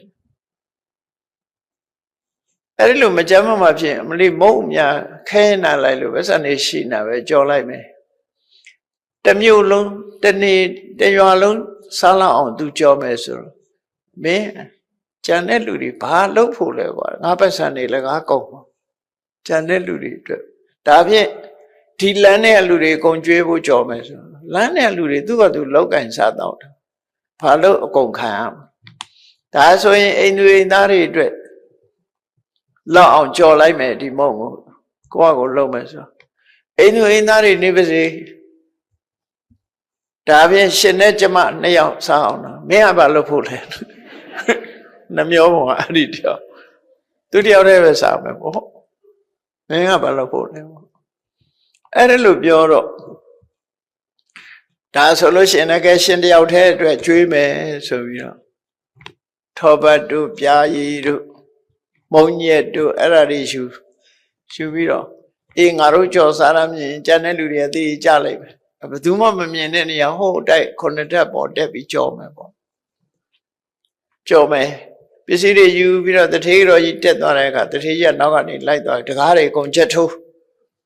အပေါ်တက်တကားတွေအကုန်ချက်ထိုးပြီးအပေါ်တက်ပြီးတော့ကြော်တယ်နော်အဲ့ဒါလို့ကြောနေကရှိသေးတယ်မုံတစ်ချက်လည်းရရောဘွားကနေရှင်မောကလန်ကအဲ့ဒီကောင်းကင်ဆွမ်းခံလာတာနဲ့သွားတွေ့ဟောဒီလူတွေ့မှကြောက်လို့မှကောင်းကင်တက်အိမ်မိုးပေါ်တက်ကြော်မှဒီကိုယ်တော်ဟာပေါ့ပေါ့ရှာရှာရောက်လာတယ်ဆိုပြီးတော့အရှင်ဘုရားဘလောက်တကုံနဲ့လာတပည့်တော်မလှူနိုင်ဘူးလို့ပြောရှင်ဘုရားတတ်နိုင်လို့ဒီနာဈဉ္ညာလျှောက်လန်းသလားပြလည်းမလှူဘူးဆိုရှင်မောကလန်ဈဉ္ညာလျှောက်ပြတယ်အဲ့လိုမဟုတ်ရှင်ဘုရားတင်မြင်ခွေပြီးတော့စောင့်နေလည်းမလှူဘူးလို့ဆိုတင်မြင်ခွေစောင့်နောက်ဆုံးမှရှင်ဘုရားအခန်းထဲဝင်နေလဲတပည့်တော်မလှူဘူးဆိုရှင်မောကလန်အခန်းထဲနေပြအဲ့ဒါလိုနဲ့နေရင်ကနေပြီးတော့သူပြောတာတွေကဖြစ်လာအရှင်ဘုရားတဲ့ မိခိုးလုံးကြီးနဲ့တပည့်တော်ကိုမိခိုးတွေနဲ့တိုက်လဲကိုတော့လှူမှာမဟုတ်ဘူးလို့ပြောတာရှင်မောကလန်တကိုးနဲ့ဖန်ဆင်းတဲ့တော့အကုန်လုံးမိခိုးတွေလုံးသွားခုထိုင်းမှာဖြစ်နေသလိုနဲ့တူတယ်ချင်းအဲ့ဒီမိခိုးတွေလုံးမြန်တော့လဲကြာတော့မနေနိုင်ဘူးမိနဲ့တိုက်လဲတော့မပြောရဘူးသူမိလောက်မှကြောက်တယ်အဲ့ဒါတော့အဲ့လိုပြောတော့အရှင်ဘုရားတဲ့အရှင်ဘုရားလို့ချင်းဒီကိုတော့ဒုက္ခပေးလုံးအားကြီးတယ်မုန်းတစ်ချက်တော့လှူလိုက်စမ်းပါကဲသူကလည်းစားခြင်းပြီမုန်းတစ်ချက်တော့လှူလိုက်စမ်းပါဆိုရှင်မောကလန်ကြော်ပြီးသားမုန်းတစ်ချက်ဆိုပြီးတော့အဲ့ဒီကြော်ထားတဲ့မုန်းတွေကနေပြီးတော့ဆွဲထုတ်လိုက်တဲ့အခါကျအကုန်လုံးတစ်ခုတည်းကိုခွဲလို့မရဘူးတစ်ချက်ဆိုပြီးတော့ယူလိုက်တာအချက်တည်းအကုန်တွဲလိုက်လာတော့တထေးတော်ကြီးခွဲတယ်မရအဲ့ဒါသူကိုယ်တိုင်ခွဲမယ်ဆိုပြီးတော့အားနဲ့ယူပြီးတော့ခွဲပြန်တော့လေအဲ့ဒီမုန်းကခွဲလို့မရဘူးအချက်တည်းအကုန်တွဲအဲ့တော့ခွဲရင်နဲ့တထေးတော်ကြီးတစ်ဖက်ကကင်သူကတစ်ဖက်ကကင်ယုံအတင်းဆွဲခွာတာလူလဲချွေးတွေတန်နေနဲ့ဖြစ်ပြီးတော့ခါရပင်ပန်းလာတဲ့အခါကျတော့စားကျင်တွေကလည်းကုံသွားပြီအဲ့ချမ်းကဲမထူပါဘူးဒီကိုတော့ဒုက္ခပေးတယ်အကုန်သာလှူလိုက်တော့ဆိုဇလန်ကအဲ့လိုနော်ဓမ္မပဒထဲမှာပါတယ်ဇလန်ကအဲ့ဒီပုံစံပြတယ်ကုံပဲလှူလိုက်တော့ဆိုပြီးတော့နောက်ဆုံးမှသူလက်လျှော့ပြီးရှင်မောကလန်ကိုအုံးနေလှူတော့ရှင်မောကလန်ကတရားစပြီးတော့ဟောတယ်ဟုတ်ဘူးလောကဆိုတာလူရတန်းရတယ်ကိုတယောက်တည်းဆိုတာကိုမစားသင့်ဘူးအလုံးအတွက်ဖြစ်တဲ့နဲ့ဆိုရယ်တရားလေးစပြီးတော့ဟောပြောဒီဘဝချမ်းသာလာတာဟာတိတ်ဘဝတော့လှူခဲ့လို့ဖြစ်တာအဲ့ဒါလှူခဲ့တာဟာကုံသွားတာမဟုတ်ဘူးလှူလို့ရှိရင်ပို့ပြီးတော့ချမ်းသာကြွယ်ဝလာမှာဖြစ်တယ်လို့ဆိုသူသဘောကျလာပြီနည်းနည်းသဘောကျလာပြီရှင်မောကလန်သူပြောတယ်ဒီမုံနေတဲ့မင်းတို့တောင်းလိုက်ယူလာခဲ့တဲ့မြတ်စွာဘုရားနဲ့တန်ဃာတွေကျောင်းမှာစောင့်နေတယ်အဲ့ဒီကျောင်းကဘယ်လောက်ဝေးတော့ဆို45ဥစ္စနာဝေးတယ်တဲ့အရှင်ဘုရားဘယ်လိုလုပ်ရောက်မှာတော့စိတ်မပူနဲ့တဲ့ငါခေါ်သွားမယ်တဲ့လိုက်ခဲ့လိုက်ချင်တဲ့စိတ်သာလှုပ်ဆိုပြီးတထေးတော်ကြီးနဲ့တထေးကြီးကိုအဲ့ဒါမုံတောင်းထမ်းခိုင်းပြီးတော့အောက်ဆင်းလိုက်တဲ့အခါမှာဇီရောကျောင်းတောက်လျှောက်တန်းရောက်သွားကျောင်းထဲရောက်သွားအဲ့ဒီမှာဘုရားမှုရှိတဲ့တန်ဃာတွေကိုသူတို့မုံနေကကြမြတ်စွာဘုရားတရားဟောတဲ့အခါမှာသူသောတာပန်ဖြစ်သွားပြီတရားတရားတွေကောင်းပြီခရစ်80ကျွယ်ဝတဲ့တထေးကြီးဟာကုသိုလ်ကောင်းမှုတွေကိုကြိုးစားပြီးလုပ်တဲ့အဆင့်ရောက်သွားတယ်အဲ့ဒါနဲ့ပတ်သက်ပြီးတော့ယဟန်နေလိုက်နာမဲ့ကျင့်ဝတ်အနေနဲ့မြတ်စွာဘုရားဒါကိုဟောတာနော်ဒါတော့ယဟန်နေနဲ့ပို့ပြီးတော့သက်ဆိုင်တရားတော်တွေနဲ့ဆက်ဆံတဲ့အခါမှာသူတို့ပစ္စည်းတွေလည်းမထိခိုက်စေနဲ့တရားတရားတွေလည်းမပြတ်စေနဲ့ပြားပရုံးတွေရဲ့ထုံးကိုနီးမိပြီးတော့အပွင့်တွေအနံ့တွေအရသာတွေအဆင်းတွေမပြတ်စေပဲနဲ့ပန်းဝတ်ကြီးကိုသာသုံးသလိုယဟန်နေဟာပြားပရုံးတို့ရဲ့ကျင့်ထုံးတိုင်းလိုက်နာကျင့်သုံးရမယ်လို့ယဟန်တန်ဃာတွေကိုဆုံးမဩဝါဒပေးတဲ့အနေနဲ့ဟောတာဖြစ်တယ်ပေါ့နောက်ဒေသနာတော်တစ်ပုဒ်ကိုကြည့်ကြရအောင်နောက်ဒေသနာတော်တစ်ပုဒ်ကဘာတော့ဆိုရင်နပရိတံဝီလောမာနိနပရိတံကတာကတံအတ္တနောဝအဝိခေယကတာနိအာကတာနိသာဒါကတော့မြတ်စွာဘုရားလူတွေဒီကိုခီးဆိုင်ဖို့သူများကိုခီးဆိုင်ပြီးတော့သူများအပြစ်ကိုမရှာဖို့ဟောတဲ့ဆုံးမသွန်သင်ချက်ပဲဖြစ်တယ်။ဒါမို့နပရိတံဝီလောမနိသူများတွေလှုပ်တဲ့မတော်မလျော်သူများရဲ့အပြစ်တွေကိုချိမနေနဲ့တဲ့။နပရိတံကတာကတံသူတွေလှုပ်တဲ့မလှုပ်ဘူးဆိုတာတွေကိုသွားပြီးတော့ချိမနေနဲ့တဲ့အတ္တနောဝအဝိခေယကိုအလုတ်ကိုဟာကိုသာချီတဲ့ကိုကောင်းမကောင်းကိုဟာကိုချီကိုလှုပ်မလှုပ်ကိုဟာကိုသာချီကတာနိအာကတာနိသာကိုလှုပ်တယ်ကိုမလှုပ်ဘူးဒီဟာပဲကိုပဲဆန်းစစ်ပါသူများတွေသွားပြီးအပြစ်မြင်မနေပါနဲ့ကိုပဲဆန်းစစ်ပါအဲ့တော့ကိုဆန်းစစ်တဲ့အလုပ်ကိုလုပ်ခိုင်းတာဗဒါနော် လောကလူတွေကကိုမြစ်ချေကိုမမြင်ဘူးဆိုတာလို့ကိုအပြစ်ကိုတော့မြုပ်ွယ်ထားကြပြီသူများအပြစ်ကိုသာဖော်ထုတ်နေတတ်ကြတယ်ပေါ့အဲ့ဒါမှားယွင်းခြင်းတရားပဲဒါကြောင့်မို့လို့ရသော်ဗျာကိုအပြစ်ကိုသာကိုစဉ်းစားဆင်ခြင်မှာသူများအပြစ်တွေကိုသွားမကြည့်ပါနဲ့သူများအပြစ်တွေချီခြင်းအပြင်ကိုမှမကောင်းတဲ့စိတ်တွေပဲတိုးပွားလာမှာဖြစ်တယ်အဲ့တော့သူများကိုအပြစ်တင်မှုလည်းမကြိုးစားနဲ့ကိုသာဒီလှုပ်တယ်မလှုပ်ဘူးကိုသာအခြေအနေတရားကိုသာစဉ်းစားဆင်ခြင်သုံးသပ်ကြည့်ရမှာဖြစ်တယ်ဆိုတဲ့သွန်သင်ဆုံးမချက်ပဲဖြစ်တယ်ပေါ့အဲ့ဒါလေဆွဆွမြင်မြင်မှတ်ထားပြီးတော့သူများအပြစ်ကိုတွေးမိတာနဲ့နပရိသံဝီလောမာနိနပရိသံကတကတသူတော်ဘာမတော်မလျော်တဲ့အမှုကိစ္စတွေသူတော်ဘာလှုပ်တယ်မလှုပ်ဘူးဆိုတာတွေကိုတွားပြီးတော့စိတ်ဝင်စားနဲ့မကြည့်နဲ့သူများအပြစ်တွေကိုမမြင်နဲ့အတ္တနောဝအဝိခေယကတာနိအတ္တနိစာကိုယ့်ရဲ့အလုတ်ကိုသာကိုလှုပ်မလှုပ်ကိုဖြစ်မဖြစ်ကိုသာကိုသာအကျိုးအပြစ်စီစေရမယ်ကိုသာချီးရှုရမယ်ဆိုတဲ့ဒီမြတ်စွာဘုရားရဲ့သွန်သင်ဆုံးမချက်အတိုင်းနေလို့ရှိရင်သူများကိုအပြစ်တင်ငင်းညောင်ဖြစ်တဲ့အကုသိုလ်တွေကိုမှမဖြစ်တော့ဘူးလေတချို့ကသူများတော့အပြစ်တင်လိုက်လို့ရှိရင်ထိုအပြစ်တင်ခံရတဲ့ပုဂ္ဂိုလ်ကသူတော်ကောင်းဖြစ်နေလို့ရှိရင်ကိုချိုးနေသွားကိုအပြစ်ကိုမကြည့်လို့အပြစ်တင်ခံရတဲ့ပုဂ္ဂိုလ်ကတကယ်သူတော်ကောင်းကိုလည်းသွားပြစ်မှားမိတတ်တယ်တခါကြတော့ကိုမကြိုက်တာကိုကြည့်ပြီးတော့သွားပြီးတော့ပြစ်မှားတတ်တယ်အဲ့ဒါလိုပြစ်မှားလိုက်တာနဲ့တပြိုင်နက်ကိုမှအပြစ်ကြီးတစ်ခုဖြစ်သွားဒီနေ့ဥက္ကသေနတထေဇနီးမောင်နှံအလောင်းများဆိုရင်ကြည့်လိုက်လမ်းမှာတွေ့တဲ့ပိစိကဗုဒ္ဓကိုသူတို့ပါလာတဲ့စာဝတ်တော်ဖွဲ့တွေလှူလိုက်တယ်လမ်းကြုံလို့တွေတဲ့ထဲလှူလိုက်တယ်လှူပြီးတော့ဆူတောင်းတယ်အရှင်ဘုရားသိတဲ့တရားမျိုးသိရပါလို့ဤဆိုပိစိကဗုဒ္ဓကြည့်လိုက်တော့သူတို့ဆူတောင်းပြေးမယ်ဆိုတော့ပိစိကဗုဒ္ဓကဝမ်းသာအာရပြုံးလိုက်တာပြုံးလိုက်တော့အမျိုးသမီးကစပြီးပါပြောတော့အေးဟိုကိုရောကပြုံးနေတော့အနုပညာသမားနဲ့တူတယ်အနုပညာသမားတွေကလည်းပြုံးနေတတ်တဲ့ထမရဲ့တချင်းဆိုရင်ပြုံးနေကြတာဟုတ်တော့ဟုတ်လောက်တယ်နော်မပြုံးရင်လည်းပြုံးဆိုတာအခုခေတ်တော့အနောက်တိုင်းကဟာတွေလာဘယ်ဟာတွေတူခောက်တဲ့သူမဲရွယ်ကြီးတွေဆိုတာလည်းတွေ့နေရတယ်ခါတယ်တချင်းဆိုတာကြည့်မကောင်းရှိမကောင်းမဲရွယ်ပြီးတော့ခါစားတာလားပါလားမသိပါဘူးနော်ဟိုဗမာအငိမ့်နေပါလေကရင်တော့ပြုံနဲ့ကတာတွေတွေ့ဘူးပါတယ်အခုအနောက်တိုင်းသချင်းတွေဆိုလို့ရှိရင်မျက်နှာကရှုံပွားပြီးတော့ခါတယ်စိတ်ခံစားချက်မှုပေါ်အောင်ဆိုရတာလားမသိဘူးဘာတွေဆိုတယ်တော့မသိဘူးနားလည်းမလဲဘူးသို့တော့မျက်နှာအမူအရာကြည့်ရင်တော့ပြုံးတာမဟုတ်ဘူးသေချာနေတယ်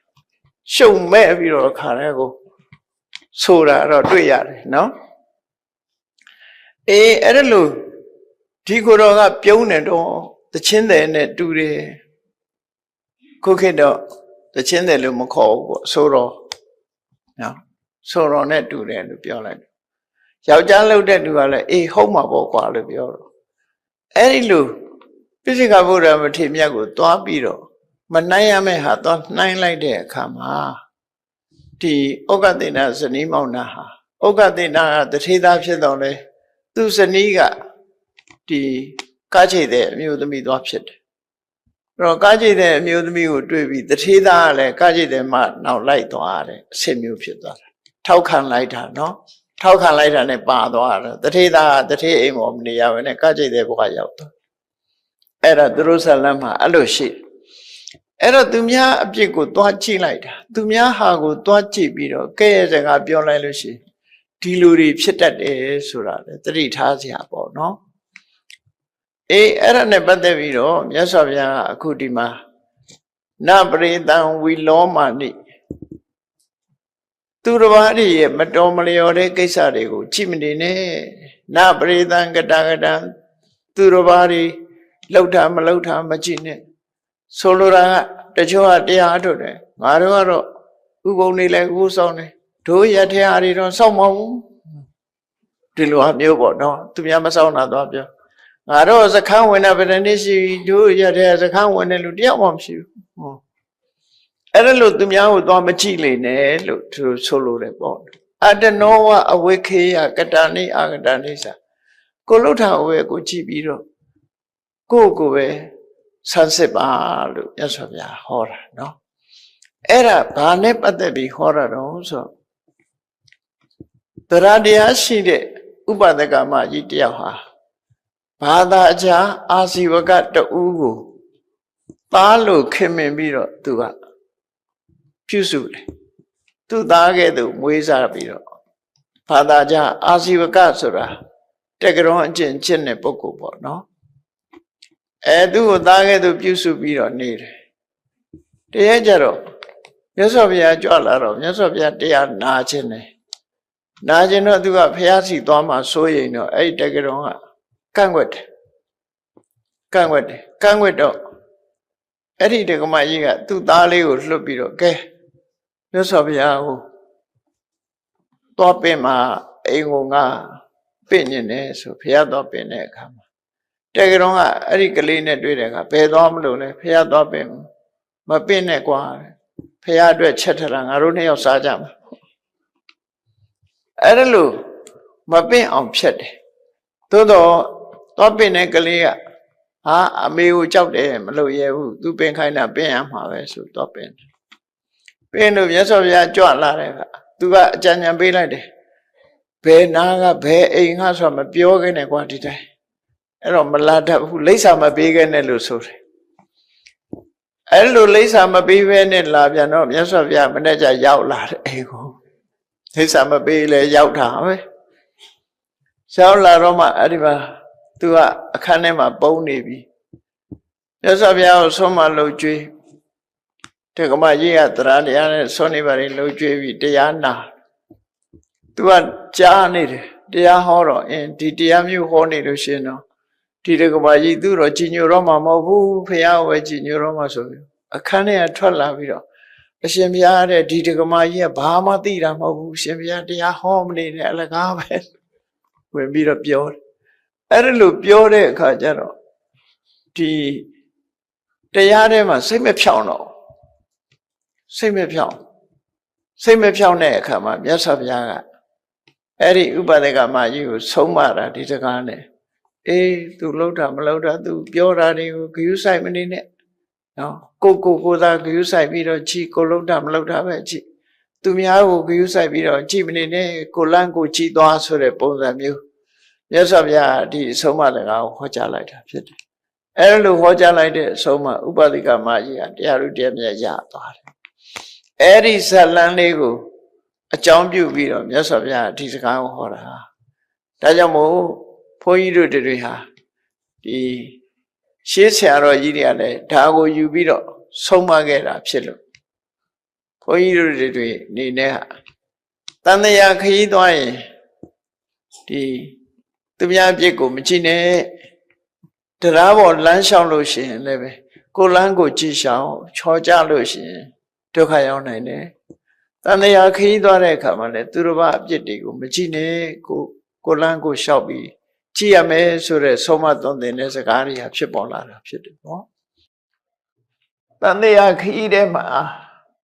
တွားရောက်နေကြတဲ့ပုဂ္ဂိုလ်တွေနဲ့ပတ်သက်ပြီးတော့ရှုမြင်သုံးသပ်ပြီးကြည့်တဲ့အခါမှာပုဂ္ဂိုလ်၄မျိုးခွဲခြားပြီးတော့ဟောထားတာရှိတယ်အဲ့ဒီပုဂ္ဂိုလ်၄မျိုးကိုဒီကနေ့မှတ်သားနိုင်ယူကြည့်ကြရအောင်တန်တရားခရီးသွားနေကြတယ်ဆိုတဲ့အထက်မှာဘဝမှာပုံမှန်ခရီးသွားနေကြတဲ့ပုဂ္ဂိုလ်တွေလိုပဲခရီးသွားနေတဲ့ပုဂ္ဂိုလ်တွေဟာကိုယ့်ရဲ့ရွက်ချက်စိတ်ဆန္ဒအသီးသီးနဲ့ခရီးမျိုးစုံကိုသွားနေကြတာဖြစ်တယ်ဥပမာမဲ့မြေကြောင်ခရီးဆိုရတော့ရှေးကြောင်ခရီးတစ်ခုသွားတယ်ဆို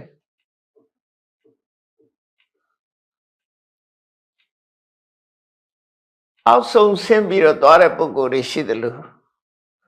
အထက်ဆန်တက်ပြီးတော့သွားနေတဲ့ပုဂ္ဂိုလ်တွေလည်းရှိတယ်ရှေးဆုံးသွားကြတယ်ရေဆုံးကိုသွားတဲ့ပုဂ္ဂိုလ်တွေရှိတယ်လို့ရေဆန်တက်ပြီးသွားနေတဲ့ပုဂ္ဂိုလ်တွေရှိတယ်ဟိုဘက်ဒီဘက်ဖြတ်ကူးတဲ့ပုဂ္ဂိုလ်တွေရှိတယ်ဖြတ်ကူးလို့ကမ်းမော်ရောက်သွားတဲ့ပုဂ္ဂိုလ်တွေလည်းရှိတယ်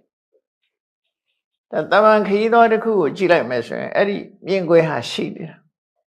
ပြည့်ကြောင်းခရီးသွားတယ်အဲ့ဘောတန်တရားကြီးမှလည်းပဲခရီးသွားနေကြတဲ့ပုဂ္ဂိုလ်တွေဟာအမျိုးစုံတယ်လို့ပြောဘုန်းကြီးတို့တွေနဲ့ခရီးသွားနေကြတော့မယ်အဲ့တော့တို့ကိုယ့်ကိုစဉ်းစားကြည့်ဖို့လိုတယ်ငါတို့ကစုံစင်းနေတာလားသို့မဟုတ်ဆန်တက်နေတာလားသို့မဟုတ်ငါတို့ရှက်တိမှုရနေတဲ့ပုဂ္ဂိုလ်တွေလားသို့မဟုတ်ကိုယ်မောရောက်သွားတဲ့ပုဂ္ဂိုလ်တွေလားဆိုကိုယ့်ကိုစဉ်းစားအမြတ်စွာဘုရားရဲ့ဒေသနာတော်တွေကတော့ဘဝနဲ့ဆက်ဆက်ပြီးတော့လူတွေရဲ့ဘဝနဲ့အနိစ္စဆုံးဟောတာဖြစ်တယ်အနိစ္စဆုံးဖြစ်ပြီးတော့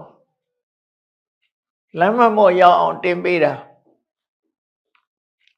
လောကမှာတဘာဝခရီးသွားတာဒီပဲနဲ့လမ်းမသွားပြီးဆိုရင်ဒုက္ခရောက်တယ်အမေရိကဆိုပိုဆိုးတာပေါ့ highway ပေါ်သွားလို့လမ်းမသွားပြီဆိုမိုင်စိတ်30သွားပြီးတော့ပြန်လှည့်လို့မရဘူးတခါတော့အမေရိကရောက်တော့လမ်းမှားဘူးတယ်နယူးယောက်ဘက်မှာမိုင်20စိတ်လောက်မောင်းမှ exit တစ်ခုတွေ့တာ exit မတွေ့မချင်းမောင်းပြီးတော့အဲ့ဒါပြန်ကွဲလို့မရဘူးအတန်တရားခီးမှလည်းလမ်းမှားသွားပြီဆိုရင်တော်တော်ဒုက္ခရောက်နိုင်တယ်ပေါ့နော်အဲ့ဒီလိုလမ်းမမှားရလေအောင်မြတ်စွာဘုရားဘဝခရီးတွေတန်တရားခရီးတွေနဲ့ဆက်ဆက်ပြီးတော့ဒီတုတ်တန်ကိုဟောတယ်လို့နားလည်မှတ်သားကြ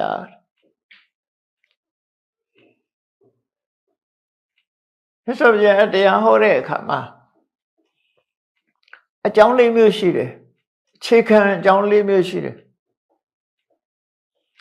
တခါတခါတရားနာသူတွေရဲ့စိတ်ဆန္ဒနဲ့ကိုင်းညီအောင်ဟောတာကိုင်းညီတဲ့တရားကိုဟောတယ်သူတို့ဆန္ဒအရာဟောပေးတယ်သူတို့ဆန္ဒအရာဆိုတာသူတို့သိချင်တဲ့အချက်လက်နဲ့ပတ်သက်ပြီးဟောတာအဲ့ဒါကိုအတ္တိသတရားလို့ခေါ်တယ်အတ္တအပရိစ္ဆတရားလို့ခေါ်တယ်နော်နားထောင်တဲ့ပုဂ္ဂိုလ်ရဲ့ဆန္ဒလိုလားချက်အတိုင်းဟောတယ်နောက်တစ်ခါမြတ်စွာဘုရားမိမိရဲ့စိတ်ဆန္ဒအရာသရဝါတွေနားလည်ဖို့ဟောတာကြတော့အတ္တိသတရားလို့ခေါ်တယ်ကိုယ်ဆန္ဒအရာဟောတာအတ္တိသတရားပရိစ္ဆတရားမြတ်စွာဘုရားရဲ့ဆန္ဒနဲ့ဟောတာရှိတယ်တရားနာပရိသတ်ရဲ့ဆန္ဒနဲ့ဟောတာရှိတယ်နောက်တစ်ခုကတော့ပု္ပ္ပာဝတိကမေကုံအလိုက်မေကုံကိုဖြေဆိုတဲ့အနေနဲ့ဟောတာရှိတယ်မေကုံမေးလို့ရှင်းပြီးတော့ဖြေဆိုတဲ့ဟာအဲ့ဒါကြတော့ပု္ပ္ပာဝတိကမေကုံရဲ့အနေအထားအရဟောတာနောက်တစ်ခုကတော့ဖြစ်ပေါ်လာတဲ့အကြောင်းအရာတစ်ခုကိုဥတည်ပြီးတော့ဟောတာကိစ္စတစ်ခုခြေနေတစ်ခုခုဖြစ်ပေါ်နေတာကိုအကြောင်းပြုပြီးဟောတာအဲ့ဒါမျိုးကိုအထုပ္ပတ္တိကလို့ခေါ်တယ်ဖြစ်ပေါ်နေတဲ့အကြောင်းအရာတစ်ခုကိုအကြောင်းပြုပြီးဟောတာအဲ့မြတ်စွာဘုရားဟောတဲ့တရားတော်တွေဟာဒီလိုမျိုးတွေမှာပေါ့ဝင်တစ်ခုခုပဲမြတ်စွာဘုရားကိုယ်တိုင်ကရှင်းပြခြင်းလို့ဟောတာအတ္တိသတရားတရားနာပုဂ္ဂိုလ်တွေကရဲ့စိတ်ဆန္ဒကိုကြည့်ပြီးဟောတာပရိစ္ဆတရားမေးမြန်းလို့အဖြေပေးတဲ့အနေနဲ့ဟောတာပု္ပ္ပာဝတိကဖြ ဖြစ်ပေါ်နေတဲ့အကြောင်းအရာတစ်ခုဥတည်ပြီးဟောတာအထုပ္ပတ္တိကလို့ပိဋကတ်သုံးပုံမှာဖះဟောတဲ့တရားတွေကိုလေ့လာရင်အဲ့ဒီ၄ခုတည်းတစ်ခုခုပဲအဲ့တော့လောကကြီးကိုကြည့်လိုက်တဲ့အခါမှာမြတ်စွာဘုရားကဒီသုတ်တံကိုဟောတယ်ဒီသုတ်တံကိုဟောတဲ့အခါမှာမေကွန်မေးတဲ့ပုဂ္ဂိုလ်မပါလို့ပု္ပ္ပာဝတိကတော့မဟုတ်ဘူးအကြောင်းအရာတစ်ခုကိုခြေခံတာမဟုတ်သည့်အတွက်ကြောင့်ဖြစ်ပေါ်နေတဲ့အကြောင်းအရာကိုခြေခံပြီးဟောတာမဟုတ်သည့်အတွက်ကြောင့်အထုပ္ပတ္တိကလည်းမဟုတ်နိုင်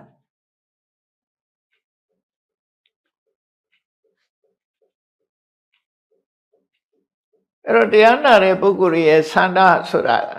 တစ်ခုဖြစ်နိုင်တယ်နောက်တစ်ခုကတော့မြတ်စွာဘုရားကိုယ်တိုင်ကတန်တရားခရီးသွားပုဂ္ဂိုလ်ရဲ့အကြောင်းကိုရှင်းပြခြင်းလို့ခေါ်တယ်အဲ့တော့အတ္တဇာတရားနဲ့ပရိစ္ဆာတရားနှစ်မျိုးတည်းကတစ်ခုဖြစ်မယ်ပေါ့နော်ဖြစ်မယ်လို့ဆိုတယ်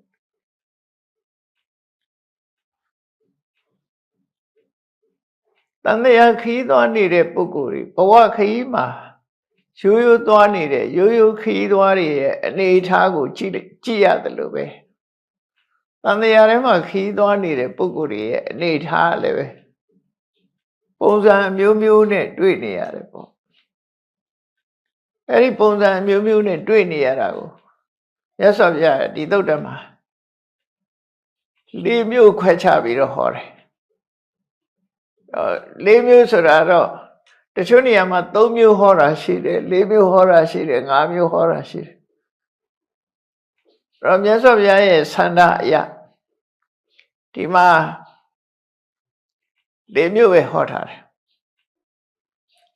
အဲ့၄မျိုးကိုဟောတဲ့အခါမှာစုံနိယလို့ခေါ်တဲ့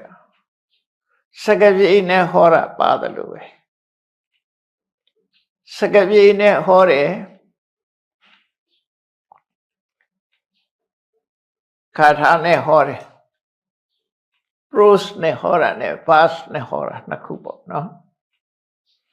စကပြေနဲ့ဟောတယ်ကြပြားနဲ့ဟောတယ်နှစ်မျိုးခွဲခြားပြီးတော့ဟောတာ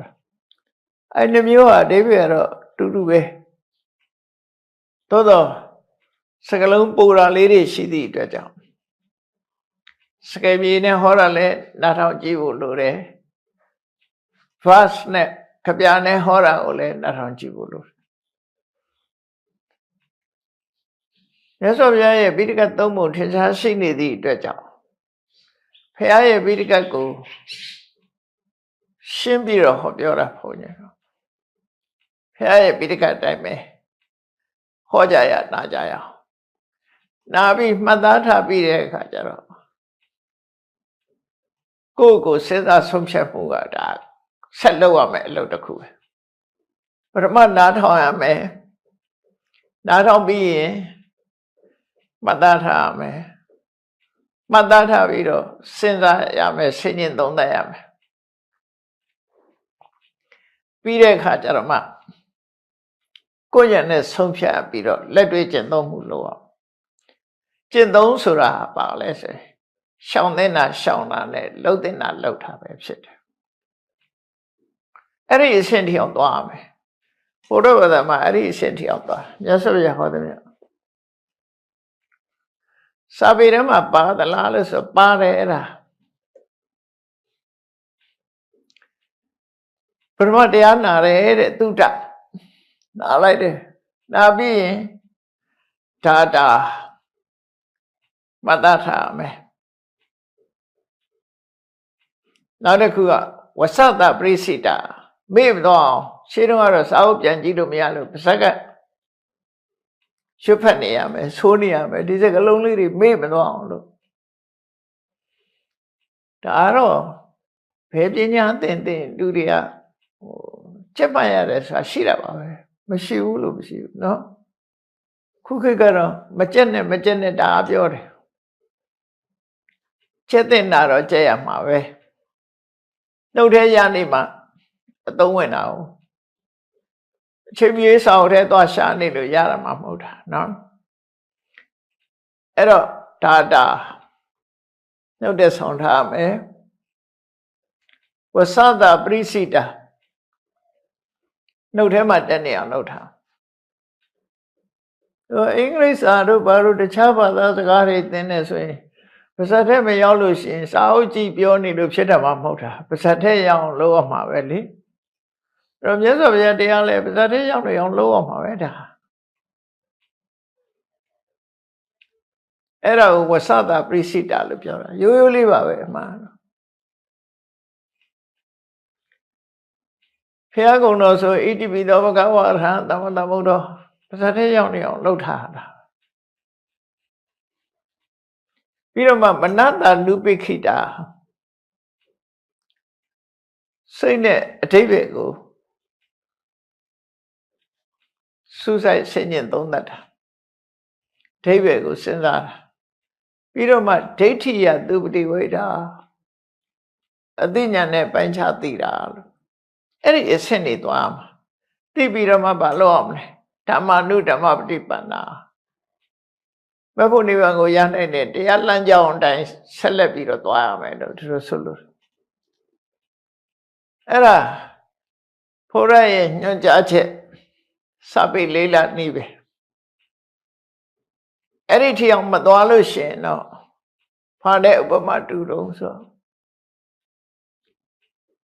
ကိုယ်အိမ်မှာစားစရာတွေရှိတယ်တခါမှစားမကြည့်ဘူးဆိုရင်အရသာမသိရတယ်လို့ပဲနေမှာဖီရိုတဲ့အလှထဲတာတခါမှမစားဘူးဆိုလို့ရှိရင်အဲ့ဒီအစားအစာရဲ့အရသာကိုသူသိရမို့ထို့တူရဲ့တရားတော့နာတယ်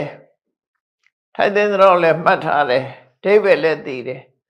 မလုပ်ဘူးဆိုရင်ပြီးတော့လည်းအလှပြထားတဲ့ပစ္စည်းလိုပဲဖြစ်မယ်စဉ်းစားပြီးတော့လက်တွေ့จิตသုံးမှုဟာအရေးကြီးတဲ့ပေါ့จิตသုံးတယ်ဆိုတာခုနလိုပြောမြတ်စွာဘုရားဟောတဲ့တရားကိုအနှစ်ချုပ်လိုက်လို့ရှိရင်မလုပ်ရမှာနဲ့လုပ်ရမှာဒီနှစ်ခုပဲရှိတယ်မြတ်စွာဘုရားဟောတာဒီနှမျိုးပဲဟောတာမလုပ်ရမှာနဲ့လုပ်ရမှာမလုပ်ရမှာကိုရှောင်ရမယ်လုပ်ရမှာကြတော့လုပ်ရမယ်အဲ့တော့ရှောင်ခြင်းလှုပ်ဆောင်ခြင်းဆိုတဲ့အလုပ်နှစ်ခုဟာဒါအဓိကအကြဆုံးပဲဒီနှစ်ခုမလုပ်လို့ရှိရင်ရှက်လက်ဆိုတာမရှိနိုင်ဘူးနော်ဖြောင်းပြန်လုပ်နေမဲ့ဆိုရင်လည်းအကောင်းမဖြစ်နိုင်မလုပ်အောင်တော့လုပ်တယ်လုပ်အောင်မလုပ်ဘူးဆိုလို့ရှိရင်ရှက်လက်ကောင်းမထွက်တော့မလုပ်ရမှာကိုရှောင်ပြီးတော့လုပ်ရမှာကိုလုပ်ရမယ်မလုပ်ရမှာလုပ်နေတယ်လုပ်ရမှာကြတော့မလုပ်ဘူးဆို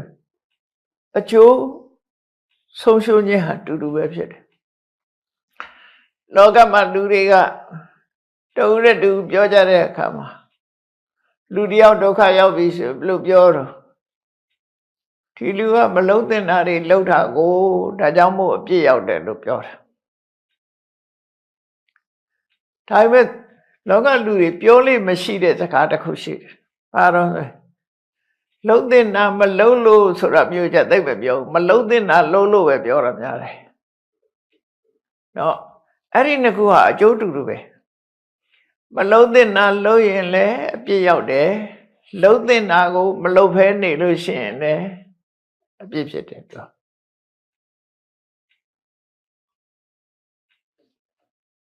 စာပေကျမ်းကမှာတော့အဲ့ဒါလေးကိုရေးထားတာရှိတယ်ပါဠိစာပေမှာ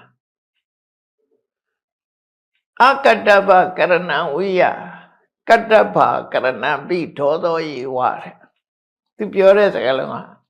အကတ္တဗဆိုမလုံးသင့်တာကိုကရဏလှုပ်တာဟာမလုံးသင့်တာကိုလှုပ်တာလို့ပဲတဲ့ကတ္တဗကရဏံပိကတ္တဗအကရဏံပိလှုပ်သင့်တာမလှုပ်တာဟာလည်းပဲဒောသောယေဝအပြစ်ပဲလူတွေကတရားဥဒ္ဓပြစ်တင်မလုံးသင့်တာလှုပ်တာပဲပြောတယ်လုံးသင့်တာမလှုပ်ဘူးဆိုရင်တော့သိမပြောကြဘူးမမြင်ကြဘူးပေါ့နော် လူတယောက်ဆင်းရဲနေတယ်လှုပ်တဲ့နာမလှုပ်လို့လည်းဖြစ်တယ်မလှုပ်တဲ့နာလှုပ်နေလို့လည်းဖြစ်တယ်မလှုပ်တဲ့နာလှုပ်တာကိုတော့လူကအသိတယ်လှုပ်တဲ့နာကိုမလှုပ်ဖဲနေတာကြတော့သိမသိဘူးအဲ့ဒီနှစ်ခုဟာတူညီသောဆိုးကျိုးကိုဖြစ်ပေါ်စေတယ်လို့ဆိုလိုတာပေါ့နော်အကျိုးမရတာကောင်းကျိုးချမ်းသာမရနိုင်ဘူးအဲကြောင့်မို့မြတ်စွာဘုရားတရားတော်တွေကိုသိချနာယူမှတ်သားပြီးတော့လှုပ်တဲ့နာလှုပ်ခြင်းနဲ့မလှုပ်တဲ့နာကိုရှောင်ခြင်းဆိုတဲ့ဒီနှစ်ခုဟာစိုက်ပိုင်ဆက်ပဲရှင်တွဲပြီးသွားနေရမယ့်ကိစ္စတစ်ခုပဲကိုယ့်ဘဝမှာ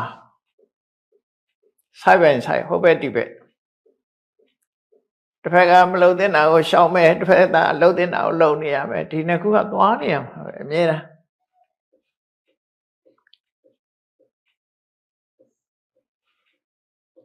အဲ့တော့ဒီသုတ်တံမှာမြတ်စွာဘုရားပုဂ္ဂိုလ်လေးမျိုးခွဲဟောထားတယ်ရှေးကြောင်းခရီးလိုပဲပြောကိုချင်းတရားနဲ့ပတ်သက်ပြီးတော့ပဲပြောဘဝခရီးတန်တရားခရီးသွားနေတဲ့ပုဂ္ဂိုလ်တွေဟာဒီအဆိုးဘက်ကိုသွားနေတဲ့ပုဂ္ဂိုလ်တွေရှိသလိုအကောင်းဘက်ကိုဆန်တက်နေတဲ့ပုဂ္ဂိုလ်လည်းရှိတယ်ဘဝခရီးမှာရှေးဆုံးကိုစုံမျောနေတဲ့ပုဂ္ဂိုလ်တွေရှိသလိုရေဆန်တက်နေတဲ့ပုဂ္ဂိုလ်တွေလည်းရှိအဲ့ဒီနှစ်ခုပုဂ္ဂိုလ်နှစ်ခုစလုံးဟာသူကယတ္တိနေတာမဟုတ်ဘူးယတ္တိနေတာတယောက်ကမျောဆင်းနေတယ်စုံဆင်းနေတယ်စုံဆင်းနေကြတယ်ဆိုကြတဲ့သူကတိုးတက်မှုမရှိဘူးမျောချနေတယောက်ကဆန်တက်နေတယ်ဘဝမှာလည်းပဲလူကဒီလိုပဲနှစ်မျိုးရှိတယ်ကိုကျင့်တရားနဲ့ပတ်သက်ပြီးတော့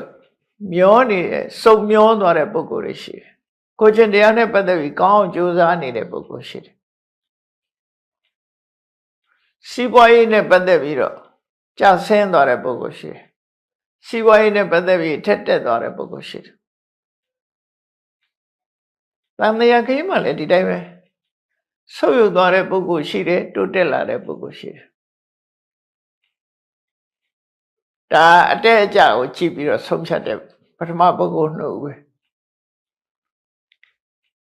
နောက်ပုဂ္ဂိုလ်တူကြတော့ဆန်းတက်ခြင်းစုံမျောခြင်းဆန်းတက်ခြင်းဒီလိုရွေးရှားနေတဲ့သဘောမရှိတော့ဘဲနဲ့ယတ္တိသွားတဲ့ပုဂ္ဂိုလ်ရှိတယ်တည်ငြိမ်သွားတဲ့ပုဂ္ဂိုလ်ရှိတယ်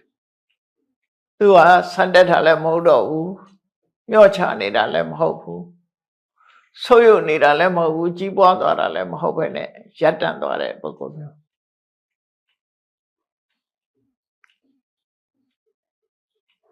အဲ့ဒါလို့ဘဝခရီးထဲမှာပုဂ္ဂိုလ်တွေမျိုးမျိုးစဉ်းစားလို့ရတယ်ပေါ့နော်ဒီနေရာမှာတော့မြတ်စွာဘုရားရဲ့ရှိရွက်ချက်ကရှင်းပါတယ်ဘုန်းကြီးတို့တွေကိုယ့်အကိုစဉ်းစားကြည့်နိုင်အောင်လို့မြတ်စွာဘုရားကအနုသောတာဂါမိဆိုတဲ့ပထမပုဂ္ဂိုလ်ကိုရှင်းပြတယ်အနုသောတာဆိုတာသောတာဆိုတာရေစီးကိုပြောတာအောက်ကိုစုံဆင်းနေတဲ့ရေစီးကိုအနုသောတာလို့ခေါ်တယ်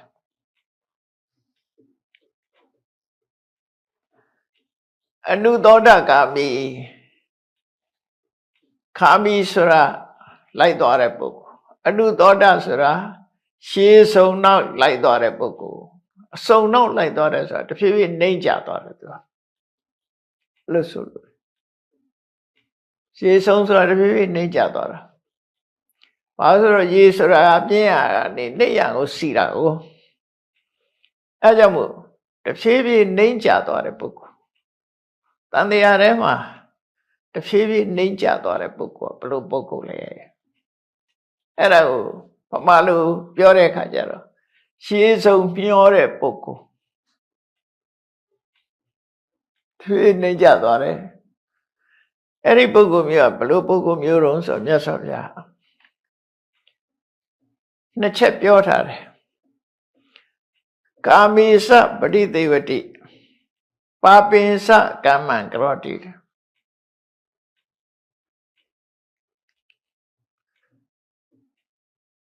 ပျော်ပျော်လေးနေတယ်အကုသိုလ်လည်းလုပ်တယ်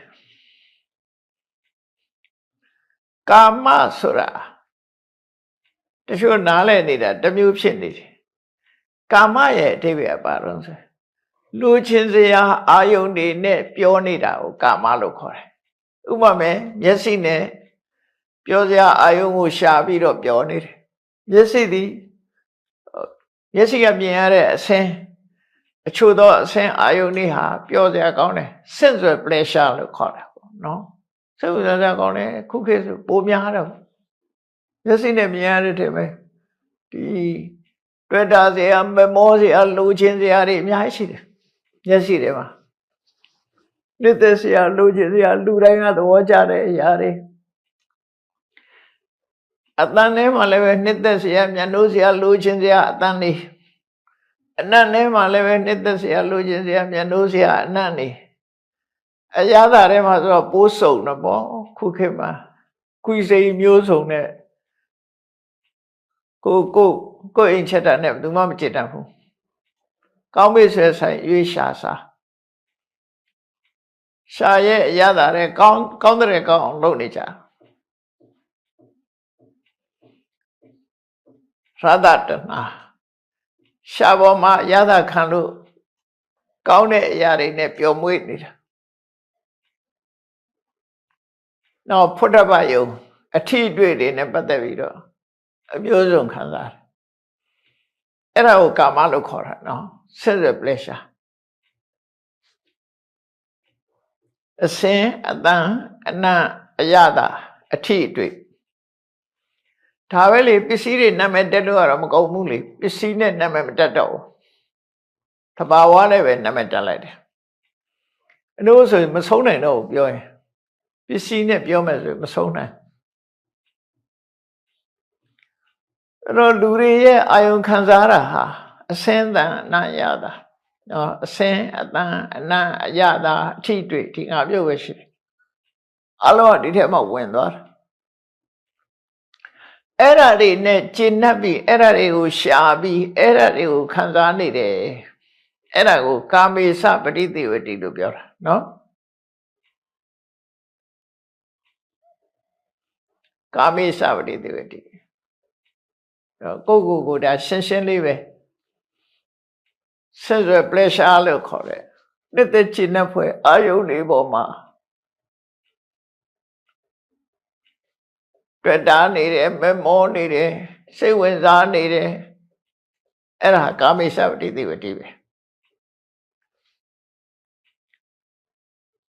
အဲ့ဒီခံစားဖို့အတွက်လူတွေဟာဘာလို့ကြလဲ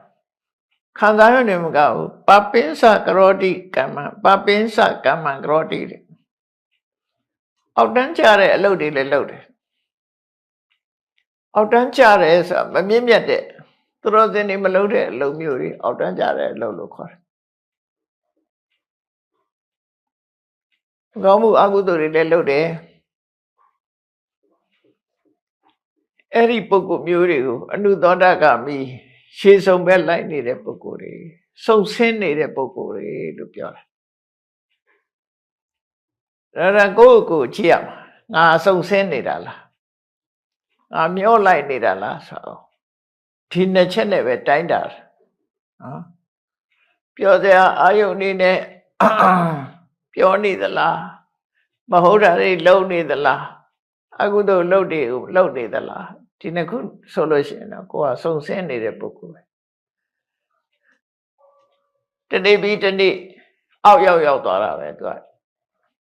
ထိလမ်းကြောင်းလိုက်ရင်တနေ့ပြီးတနေ့အောက်ဘက်ရောက်သွားမှာအပေါ်ပြန်တက်မှာမဟုတ်ရှေးဆုံးမျောနေတယ်လို့သူတို့ဆိုလို့တယ်ဒါက majority တာမန်ပုထုဇဉ်ပုဂ္ဂိုလ်တွေအများစုဒီတိုင်းပဲများ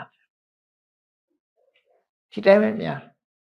လောကကြီးမှာလိုက်ကြည့်ဒီတိုင်းပဲများ ဘုန်းကြီးတို့ဂျာမနီ2006ခုနှစ်ကလာမသိဘူးဂျာမနီရောက်တော့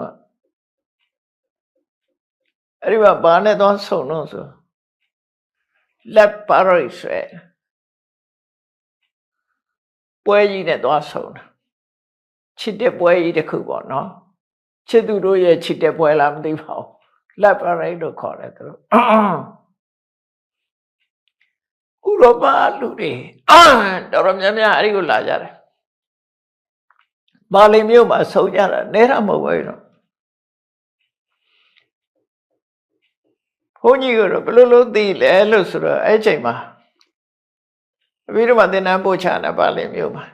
အဲ့ဂျာမန်ဘုန်းကြီးတွေပါသူစိတ်တဒုက္ခစိတ်တဘုန်းကြီးကနေပြီးတော့ဆရာတော်ကိုပြမယ်တဲ့လာပါအောင်နဲ့ဆိုပြီးတော့ဗီဒီယိုဖွင့်ပြတာဓာတ်ပရိတ်ပါလူတွေလာကြပုံကားခုန်နေကြပုံအဲ့ဒါပြောပြလို့အပါနေမျိုးကြီးမှာအကြီးကျယ်လုပ်တယ်ပွဲပဲ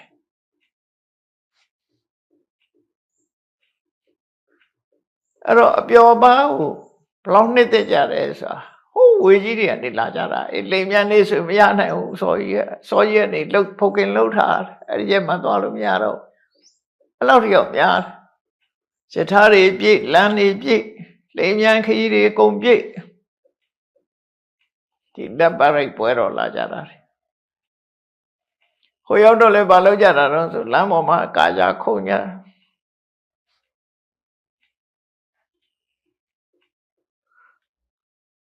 အဲ့တော့အခုမြတ်စွာဘုရားဟောတာအဲ့ဒါခြုံပြောလိုက်တာပဲကာမေသပတိသေဝတိပြောစရာတွေနဲ့လည်းပြောတယ်ပါပိစကရောတိမကောင်းတာတွေလည်းလှုပ်တယ်အဲ့ဒီပုဂ္ဂိုလ်ကစုံမျောနေတဲ့ပုဂ္ဂိုလ်တဲ့ဒါဖြင့်အဲ့ဒီပုဂ္ဂိုလ်နဲ့မတူတဲ့ပုဂ္ဂိုလ်ဆန်တက်တဲ့ပုဂ္ဂိုလ်ပတိသောတာခာမိလို့ခေါ်တယ်ပတိသောတာဆိုတာရေဆံသောတာကရေစီးကြောင်းပတိဆိုတာဆန့်ကျင်မဲ့အပြန်ဆန်တက်တဲ့ဟာ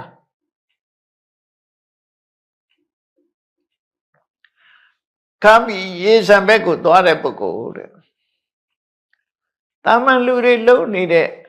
အများစုလုံနေတဲ့အလုပ်တွေကိုသူကတော့မလုပ်ဘူးကာမေသနပတိသေဝတိအဲ့ဒီပျော်ပါးတွေနဲ့မလိုက်စားဘူးသူပျော်ပါးတွေရှောင်းတယ်ပါပိစနာကရောတိမကောင်းတဲ့အကုသိုလ်တွေကိုလည်းသူမလုပ်ဘူးမဟုတ်တာတွေလည်းမလုပ်ဘူးဘာလို့တုံးဆိုသဟာပိဒုက္ခေနသဟာပိဒေါမနတေနအတုမူခောရူပထမာရောပရိပုံဏပရိသုဒ္ဓဗြဟ္မစရိယစရတိဆိုမြတ်စွာဘုရားချမှတ်ပေးထားတဲ့မဂ္ဂင်၈ပါးအကျင့်တရားကိုချိတ်မိတ်ပြီးတော့ကြိုးစားပြီးတော့ကျင့်ကြံနေတယ်လို့သူတို့ဆိုလို့တယ်အဲ့ဒီမှာအခက်ခဲတွေဘယ်လောက်ကြုံတာဘိဒုက္ခိနာဆင်းရဲဒုက္ခတွေဘယ်လောက်ကြုံအောင်ဤနေတယ်စိတ်ဆင်းရဲတာတွေနဲ့ဘယ်လောက်ကြုံအောင်ဤနေတယ်မြေကြလောက်အောင်ဒုက္ခရောက်ပြီမဲ့လို့အောင်ဤပြီးတော့တရားကိုကျင့်နေတဲ့ပုဂ္ဂိုလ်တဲ့အောင်ဤသိခံပြီးတရားကျင့်နေတဲ့ပုဂ္ဂိုလ်ကာမဂုဏ်အာယုန်တွေကိုမျက်နှာလွှဲတယ်အကုသိုလ်တွေကိုရှောင်တယ်ရှောင်ပြီးတဲ့အခါမဖို့နိဗ္ဗာန်ရဖို့ဆိုပြီးတော့အပူရပြင်းကြိုးပမ်းအထုတ်နေတဲ့ပုဂ္ဂိုလ်လို့ဒီလိုပြောလို့တာနော်အခက်ခဲပေါင်းများစွာဘလောက်ပဲကြုံအခက်ခဲတွေကိုရင်ဆိုင်ပြီးတော့ကြိုးစားအထုတ်နေတဲ့ပုဂ္ဂိုလ်လို့ဒီလိုဆိုလို့တာလို့ဆိုလို့ပြည့်စုံအောင်ကြိုးစားအထုတ်တယ်အဲ့ဒီပုဂ္ဂိုလ်ဟာပရိသောတခါမိဆန်တက်နေတဲ့ပုဂ္ဂိုလ်လို့ဒီလိုပြောတာရှိပါလားဘုရားလောင်းရဲ့ဒီဗုဒ္ဓဘုရင်ကိုပဲကြည့်လိုက်ပေါ့ဘုရားလောင်းတော့ဟာ 16နှစ်ရွယ်နေပြီးတော့29နှစ်အထိဆိုတော့မင်းသားဘဝနဲ့အိမ်အောင်ပြုပြီးတော့လူတော်ကလူစည်းစိမ်ကိုခံစားနေတဲ့အချိန်ဟာဒါအနုသောတာပြောမယ်ဆိုရင်ကမ္ဘောအာယုန်နေနဲ့ပြောနေသည့်အတွက်ကြောင့်အနုသောတာဂါမိလို့ပြောတယ်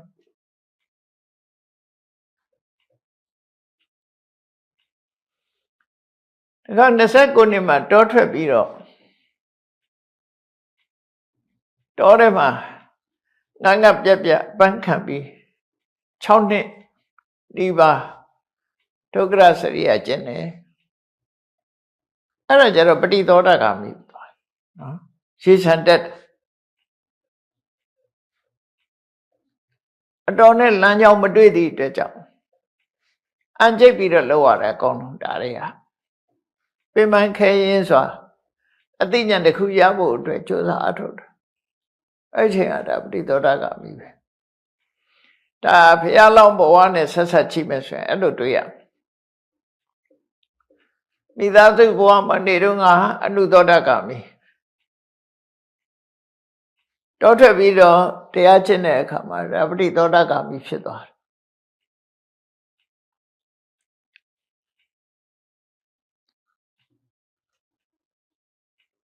အဲ့တော့ဒီနှစ်ခုကအနုသောတာဂါမိလို့ဆိုတာသာမန်ပုထုဇဉ်အများစု majority ဒါတွေကိုပြောတာလို့နောက်ပฏิသောတာဂါမိဆိုတာတော့သောတာပန်ဖြစ်ဖို့ကြိုးစားနေတယ်သဂရဂံဖြစ်ဖို့ကြိုးစားနေတယ်တရားဓမ္မကျင့်နေတယ်ဆိုတဲ့ပုဂ္ဂိုလ်တွေကဒါပฏิသောတာဂါမိပဲရောက်လာရှင်းစံဘက်တက်လာနော်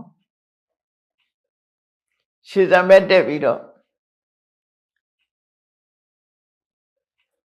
ပြောစရာအာယုန်နေနဲ့မနေဘူးမကောင်းမှုအကုသိုလ်တွေမလုပ်ဘူးတရားကျင့်တယ်အဲ့ဒီပုဂ္ဂိုလ်တွေရေးစပ်ပဲရောက်လာတဲ့ပုဂ္ဂိုလ်တွေလို့ဆိုလို့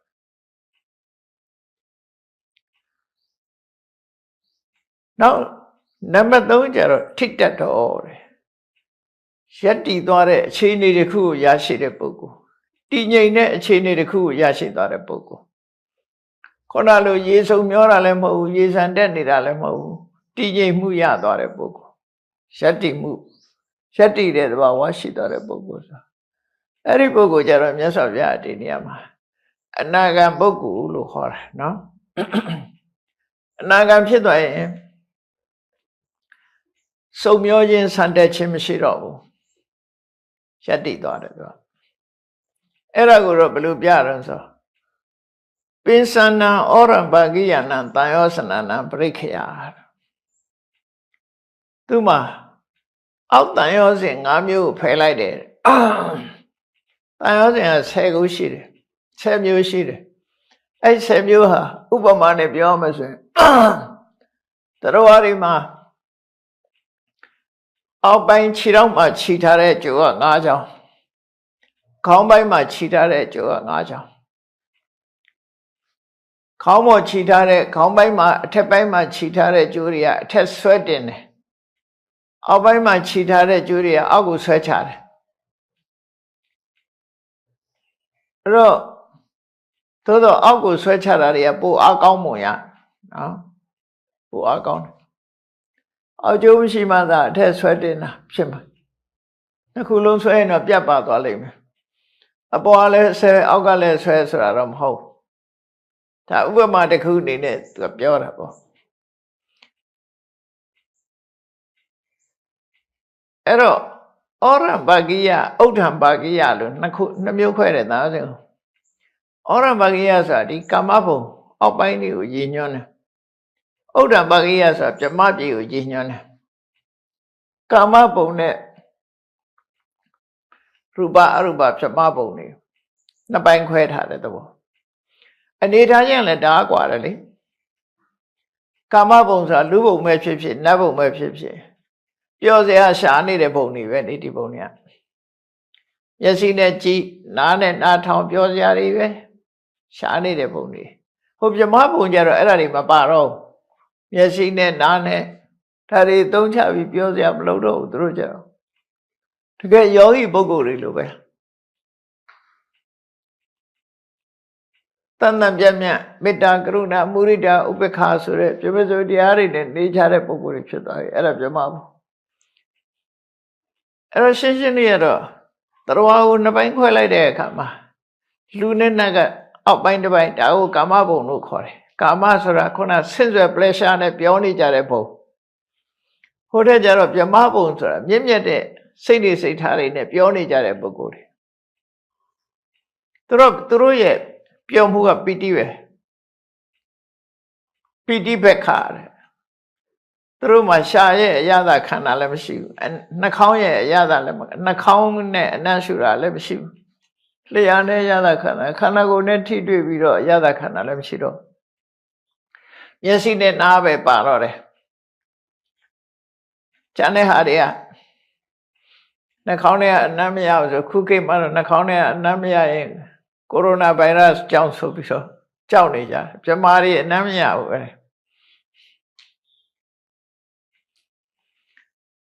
နှာခေါင်းနဲ့အနံ့မခံဘူးပြမာတွေကလျှာနဲ့ရတာမခံဘူးကိုယ်ကာယနဲ့ရတာမခံဘူးသူတို့မှာအရိပတာရတွေမပါဘူးအဲ့ဒါတွေကတက်တက်ဆင့်ဆွယ် pleasure နဲ့ပတ်သက်တာတွေသူတို့မှာမျက်စိဖျားဖူးဖို့နာတရားနာဖို့ဒီဟာတစ်ခုတော့ရှိ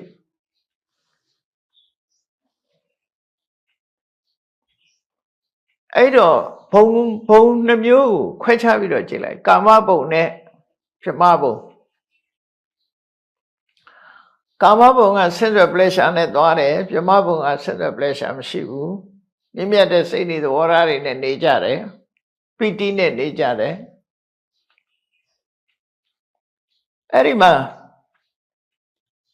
ဩရံပါကိယတန်ရောစဉ်ဆိုတာကာမဘုံထဲမှာပျော်စီတဲ့ကာမဘုံနဲ့ချီနှောင်ထားတဲ့တန်ရောစဉ်မျိုးဩရံပါကိယတန်ရောစဉ်လို့ခေါ်တယ်အဲ့ဒါဘာလို့ဆိုရင်နံပါတ်1ကကာမရာဂ desire for sensual pleasure ပဲသူကအာယုံခံစားခြင်းနဲ့ဆန္ဒတွေအာယုံပေါ်မှာတွေ့တာတဲ့မမောတဲ့တဏှာတွေအဲ့ဒါကိုကာမရာဂလို့ခေါ်တယ်ကာမရာဂရှိရင်ဘာဖြစ်တော့ဆိုအလိုကြတာမကြတာဖြစ်လာတယ်အလိုမကြဘူးဆိုရင်ပြပါတာမုန်းတိမှုကလည်းနောက်ကလိုက်လာမုန်းတိမှုကနောက်ကလိုက်လာဒီ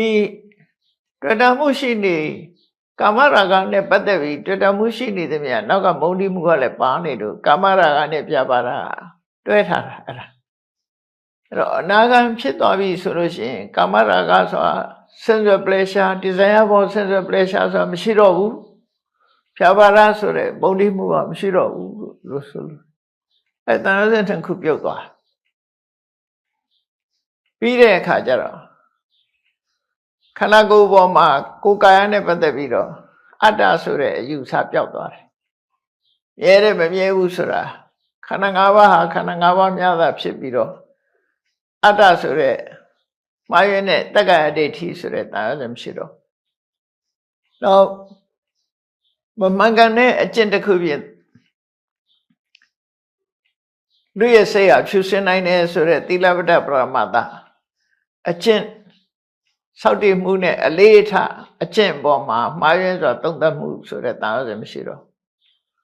လူဘုလူလောကကြတာအမတန်ဆန်းတဲ့အဲ့ဒီတန်ရောစဉ်ကအကျင့်နဲ့ပတ်သက်တယ်အမျိုးစုံပဲသူကဘာတွေတုံးဆိုလို့ရှိရင်နိုင်ငံညာလူတွေကတော့အဲ့ဒီသီလပတ္တပရမတ္တကိုအနောက်တန်းကလူတွေဘလို့ပြန်တော့ royal ritual နဲ့ပြန်တယ်သူတို့အမှန်တော့အဲ့ဒါမမှန်ဘူးသီလဆိုတာအလေးထားတစ်ခုဝတ္တဆိုတာအဲ့ဒီအလေးထားကိုခံယူဆောက်တည်ထားသီလပတ္တနှစ်ခုပေါင်းလိုက်တာသီလဆိုတာအလေးထားတစ်ခုဝတ္တဆိုတာအဲ့ဒီအလေးထားကိုဆောက်တည်တာခံယူတာစင်ကြယ်မှုအနေနဲ့ခံယူပြီးတော့ပရမတ္တလွယ်လွယ်မှားမှားထင်မြင်ယူဆတာအဲ့ဒါကိုပေါင်းပြီးသီလပတ္တပရမတ္တ ပိဋကစာပေမှာဖွဲ့နေဟာ right rate ရဲ့ပြောတာမဟုတ်ဘူးသူကဘာတော့ဆိုလို့ရှိရင်လူတွေကအတွေ့အမျိုးစုံရှိတယ်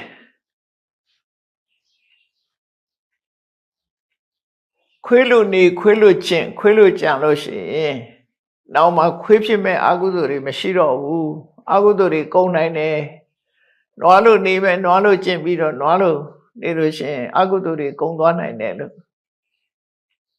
အဲ့လိုမှားယွင်းစွာဒီအလေးထားတစ်ခုပေါ်မှာမှားယွင်းစွာသုံးသပ်ပြီးယုံကြည်ပြီးစောင့်တည်ပြီးအဲ့တိုင်းလှုပ်တာကိုသီလပတ္တပရမတ္တလို့ခေါ်တယ်ပြောအိန္ဒိယမှာတော်တော်ထူးထူးဆန်းဆန်းနေတာတွေရှိတယ်ခဏလေးရှိနေတာပဲလေတော့ဒီနေရာမှာ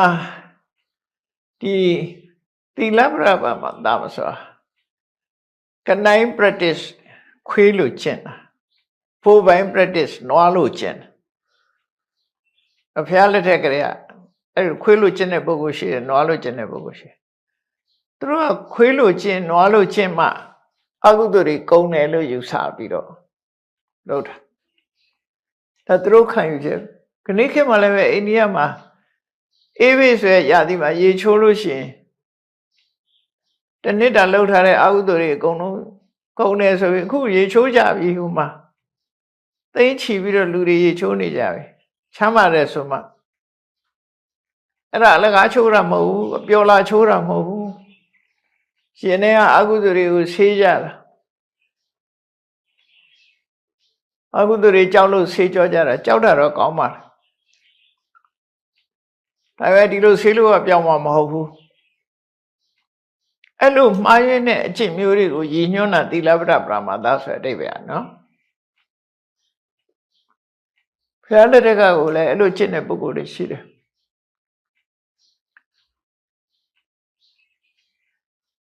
အဲ့တော့ခွေးလို့ကျင့်တယ်ဆိုတာခွေးပဲလို့နေတော့လေးလာပြီးအဲ့လိုနေတာပါပဲစောက်တည်ပြီးတော့တစ်သက်လုံးခွေးလို့နေမယ်ဆိုပြီးနေတဲ့ပုဂ္ဂိုလ်တွေအမေခုခေတ်ကခွေးကနည်းနည်းအဆင့်မြင့်တယ်တထေးတွေမွေးထားတဲ့ခွေးကြအဆင့်မြင့်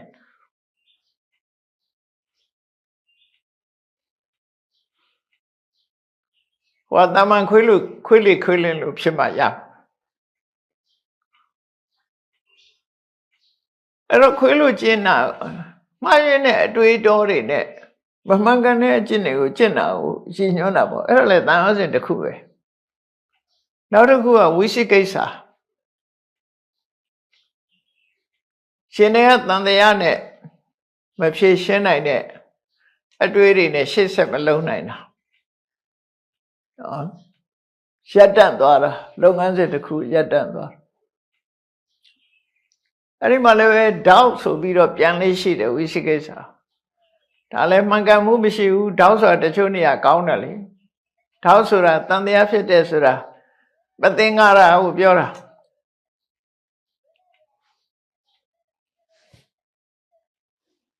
အမှားတော့ဒီ doubt ဆိုတာကဒီဝိသိကိစ္စဆိုတာက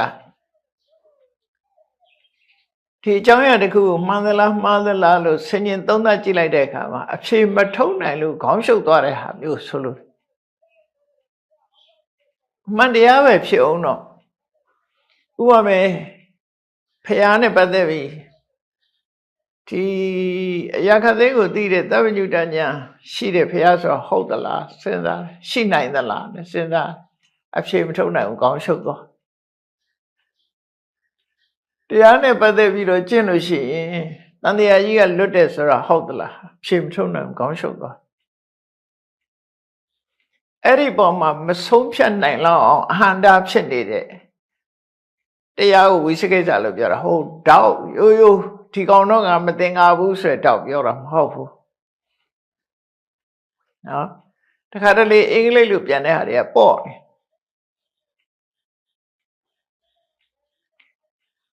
ေတခြားလေးနဲ့ကြည့်ပါဠိစကားရဲ့အဓိပ္ပာယ်ကဝိသိကိစ္စဆိုတာဝိသိနန္တတကိစ္စစဉ်းစားလိုက်ရင်ခေါင်းရှုပ်သွားပြီးတော့အဖြေမထုတ်နိုင်မဲ့အလုံးမဖြစ်တဲ့ဟာမျိုးဆိုလို့တယ်နော် ဖြေမထုတ်နိုင်လို့ခေါင်းရှုပ်ပြီးတော့ကိုလိုရမဲ့အလုပ်ပေါ်မှာရက်ဆိုင်သွားတာအဲ့ဒါဆိုးရုပ်သွားတယ်လေအဲ့ကြိုင်ဘာပဲတရားကျင့်ရမှမကျင့်တော့ဘူးရှစ်ဆက်လိုရမဲ့အလုပ်တွေအကုန်ရက်ကုန်တယ်အဲ့ဒါမျိုးဝိသိကိစ္စလို့ခေါ်တယ်နော်လမ်းစုံရောက်သွားတဲ့အခါဟိုလမ်းသွားမလားဒီလမ်းသွားမလားမကွဲသွဲပြတဲ့အခါလမ်းဝထိုင်းနေရောဟိုလည်းမရောက်ဒီလည်းမရောက်သွားအဲ့လိုရက်ဆိုင်သွားစိတ်လို့သူကအပြစ်ရှိတယ်လို့ပြောတာအမှန်တော့ဝိသိကိစ္စဖြစ်လာလို့ရှိရင်ဘာနဲ့လုပ်အောင်ဉာဏ်နဲ့လုပ်အောင်အသိဉာဏ်နဲ့တစ်ခုကိုဆုံးဖြတ်ရမယ်ဆုံးဖြတ်ပြီးလုပ်ရမယ်ရှေ့ဆက်သွားရမယ်ကိုမဆုံးဖြတ်နိုင်လို့ရှိရင်ဆရာသမားနဲ့သွားသူတို့ဆိုလို့တယ်သူကအဲ့နာတွေရက်သွားလို့ရှိရင်တော့သူကကောင်းကျိုးချမ်းသာရမှာမဟုတ်ဘူးအဲ့ဒါကိုလေတန်ရောစဉ်လို့ခေါ်တယ်ဝိသိကိစ္စတန်ရောစဉ်အဲ့တော့ဩရပကိယတန်ရောစဉ်၅ပါးဆိုတာဘာပြောတာတော့ဆိုကာမရာဂရဲ့ဖြာပါရရဲ့ပဋိကတန်ရောစဉ်လို့လည်းခေါ်တယ်တူတူဩရပကိယတန်ရောစဉ်ဖြာပါကာမရာဂတန်ရောစဉ်ပဋိကတန်ရောစဉ်နောက်ပြီးတော့သက္ကာယဒိဋ္ဌိသီလပတ္တပရမာသဝိသိကိစ္စအဲ့ဒီ၅မျိုးကဒီကာမဘုံကိုပြန်ရောက်စေတာဒီ၅မျိုးကြောင့်လူတွေဟာကာမဘုံမှာပဲတဝဲလဲလဲဖြစ်နေသမထကျင့်လို့အောင်သွားလို့ပြမပြေအောင်သွားလဲဒီတန်ရစင်မပါရှိသေးပြန်ဆင်းလာတယ်အဲကြောင့်ပြောတာပေါ့ပြမပြေမှာတဝင်းဝင်းဝက်စခြင်းမှာတရှုပ်ရှုပ်ဆိုပြမဘုံရောက်တဲ့အချိန်မှာကိုရောင်ကိုဟာတဝင်းဝင်းနဲ့ဝက်စခြင်းရောက်တဲ့အခါကျတရှုပ်ရှုပ်စားနေပြန်တယ်ဆိုတာတန်တရားရဲ့သဘောကိုပြောတာပါပြမသေးပြီးဝက်ဖြစ်တာပြောတာမဟုတ်ဘူးတရားကျင့်လို့ပြမဖြစ်သွားပြီမဲ့လို့ဒီကျိုး၅ကျိုးမပြတ်သေးလို့ရှိရင်ပြန်ဆင်းလာအောင်မယ်လို့ပြောတာနော်ဒီကျိုး၅ကြောင်းမပြတ်သေးပြမပြည့်ရောက်တဲ့ပုဂ္ဂိုလ်တိုင်းဟာဒီကျိုး၅မျိုးပြတ်သွားတာမဟုတ်ဘူးအနာဂတ်ဖြစ်မှဒီကျိုး၅ကြောင်းအပြတ်တာအဲ့တော့ထိတ္တတဆိုတဲ့ပုဂ္ဂိုလ်ကပြမဖြစ်ုံဖြစ်တဲ့ပုဂ္ဂိုလ်ထိတ္တတခေါ်ရမဟုတ်ဘူးအခုပြောတဲ့ဩရံပကိယတန်ရောစဉ်၅မျိုးကုံသွားပြီးတော့ပြမပြေမှဖြစ်တယ်ပြမပြေမှာပဲပြိဋိဘံဆံသွားပြီကိလေသာတွေငြိမ်းသွားပြီအဲ့ပြမပြေကဘယ်တော့မှပြန်မဆင်းတော့မဲ့ပုဂ္ဂိုလ်အဲ့ဒီပုဂ္ဂိုလ်ကိုထိတ္တတာရှက်တန့်သွားတဲ့သဘောရှိတဲ့ပုဂ္ဂိုလ်နံပါတ်3ပုဂ္ဂိုလ်အဲ့ဒီပုဂ္ဂိုလ်ပဲရေဆုံးမျောတာလည်းမဟုတ်ရေစံတက်တာလည်းမဟုတ်ဘူးသူရက်တန့်သွားပြီငြိမ်သွားပြီလို့ဆိုလို့တယ်အနာဂတ်ပုဂ္ဂိုလ်ရည်ညွှန်းတယ်နော်ထိတ္တတာမြတ်စွာဘုရားလက်ထက်ကအနာဂတ်ဥပဒကဥပဒိကမတွေအများကြီးပဲရှိတယ်အနာဂတ်ဖြစ်ပြီးတော့ဘုန်းကြီးမို့ဘူးသီလရှင်မို့ဘူးသူတို့ပဲဖရာသောအကြောင်းတဲ့တရားနာပြီးနေကြတဲ့ပုဂ္ဂိုလ်တွေအများကြီးရှိတယ်အဲ့လိုနေကြတယ်အဲ့ဒီပုဂ္ဂိုလ်တွေကထိတ္တတယတ္တိတဲ့သဘောရှိတဲ့ပုဂ္ဂိုလ်တွေလို့ပြောတာအဲ့တော့နောက်ဆုံးပုဂ္ဂိုလ်ကြတော့ဒီပုဂ္ဂိုလ်တွေကအလုံးတန်တရားထဲမှာရှိနေသည့်အတွက်ကြောင့်ဥပမာပဲရေထဲမှာရှိနေတုံးပဲလို့ဒီလိုပြောရမယ်ဒီပုဂ္ဂိုလ်တွေကရေစုံဆင်းတဲ့ပုဂ္ဂိုလ်ရေစံတက်တဲ့ပုဂ္ဂိုလ်ထောက်တရားယတ္တမှုသဘောရသွားတဲ့ပုဂ္ဂိုလ်ဒါတွေကတန်တရားထဲမှာရှိနေတော့နောက်ဆုံး၄နံပါတ်ပုဂ္ဂိုလ်ကြတော့မြတ်စွာဘုရားဘာတော့ဆိုတိန်နောကူးလိုက်ပြီးဟိုဘက်ကိုရောက်သွားပြီပါရင်ကတော်တိန်နောပါရင်ကတော်ဖြတ်ကူးလိုက်လို့ကမ်းပေါ်ရောက်သွားပြီထလေတိဋ္ဌတိဖြစ်မနောတဲ့ဖြတ်ကူးလိုက်လို့ကမ်းရောက်သွားပြီကုန်းပေါ်ရောက်သွားတယ်သူတော်စင်လို့ပြောတာအပုဂ္ဂိုလ်တူရှည်တွေက3ဦးကုန်းပေါ်ရောက်သွားတာ2ဦးတန်တရားခီးသွားနေတဲ့ထဲမှာရေထဲမှာရှိနေတာ3ဦး တူကတော့မျောနေတယ်တူကဆန်တက်နေတယ်တူကတော့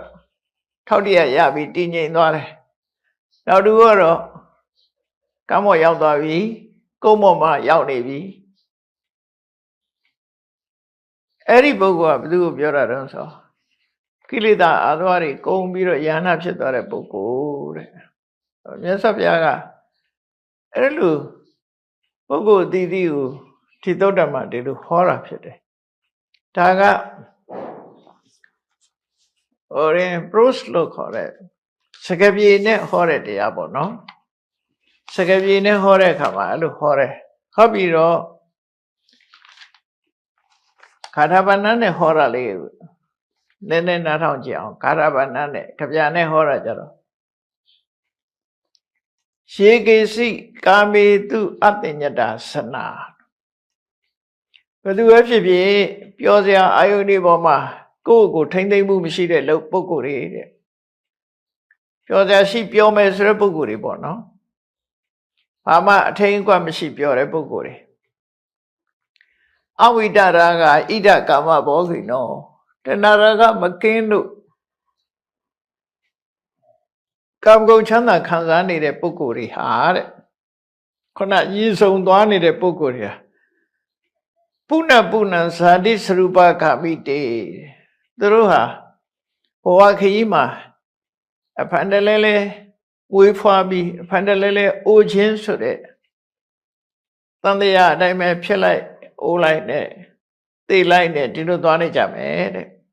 တဏှာဓိပန္နအနုသောတခမိနောတဏှာရဲ့ဒီလွှမ်းမိုးချုပ်ကိုင်မှုအောက်မှာသူတို့ကမျောပြီးရင်မျောနေတဲ့ပုဂ္ဂိုလ်တွေပဲတဏှာဓိပန္နအနုသောတခမိနောတဏှာရဲ့ချုပ်ကိုင်မှုအောက်မှာတွန်းလှန်ခြင်းမရှိလို့ရှေ့ဆုံးမျောပြီးရင်မျောနေတဲ့ပုဂ္ဂိုလ်တွေဖြစ်မယ်ဒါကြောင့်မို့နောက်တစ်ခါထားကြတော့တတ္တမဟိတိတော့ဣတုပထိတတတိဒီမြတ်စွာဘုရားရဲ့သာသနာတော်မှာစဉ်းစားဉာဏ်ရှိတဲ့ပုဂ္ဂိုလ်တွေကြတော့တဲ့တတိတရားရရှိလာကြတယ်တတိထားလာကြတယ်တတိထားပြီးတော့ကာမေသပပေသအသေဝမနောပြောစရာလည်းမပြောတော့ဘူးမဟုတ်တာတွေလည်းမလုပ်ကြတော့ဘူးသာဟပိဒုက္ခိနဇဟိယကာမေ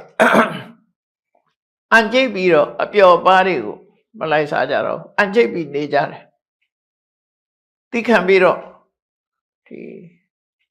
အပျော်ပါးတွေကိုဆုံးလွတ်ကြတယ်မကောင်းမှုအကုသိုလ်တွေကိုဆုံးလွတ်ကြတယ်အဲ့ဒီပုဂ္ဂိုလ်တွေကြတော့ပฏิသောတဂါမိတမဟုတ်ပုဂ္ဂလာရှေဇံတက်လာတဲ့ရေဇံတက်နေတဲ့ပုဂ္ဂိုလ်တွေလို့ဒီလိုဆိုရမယ်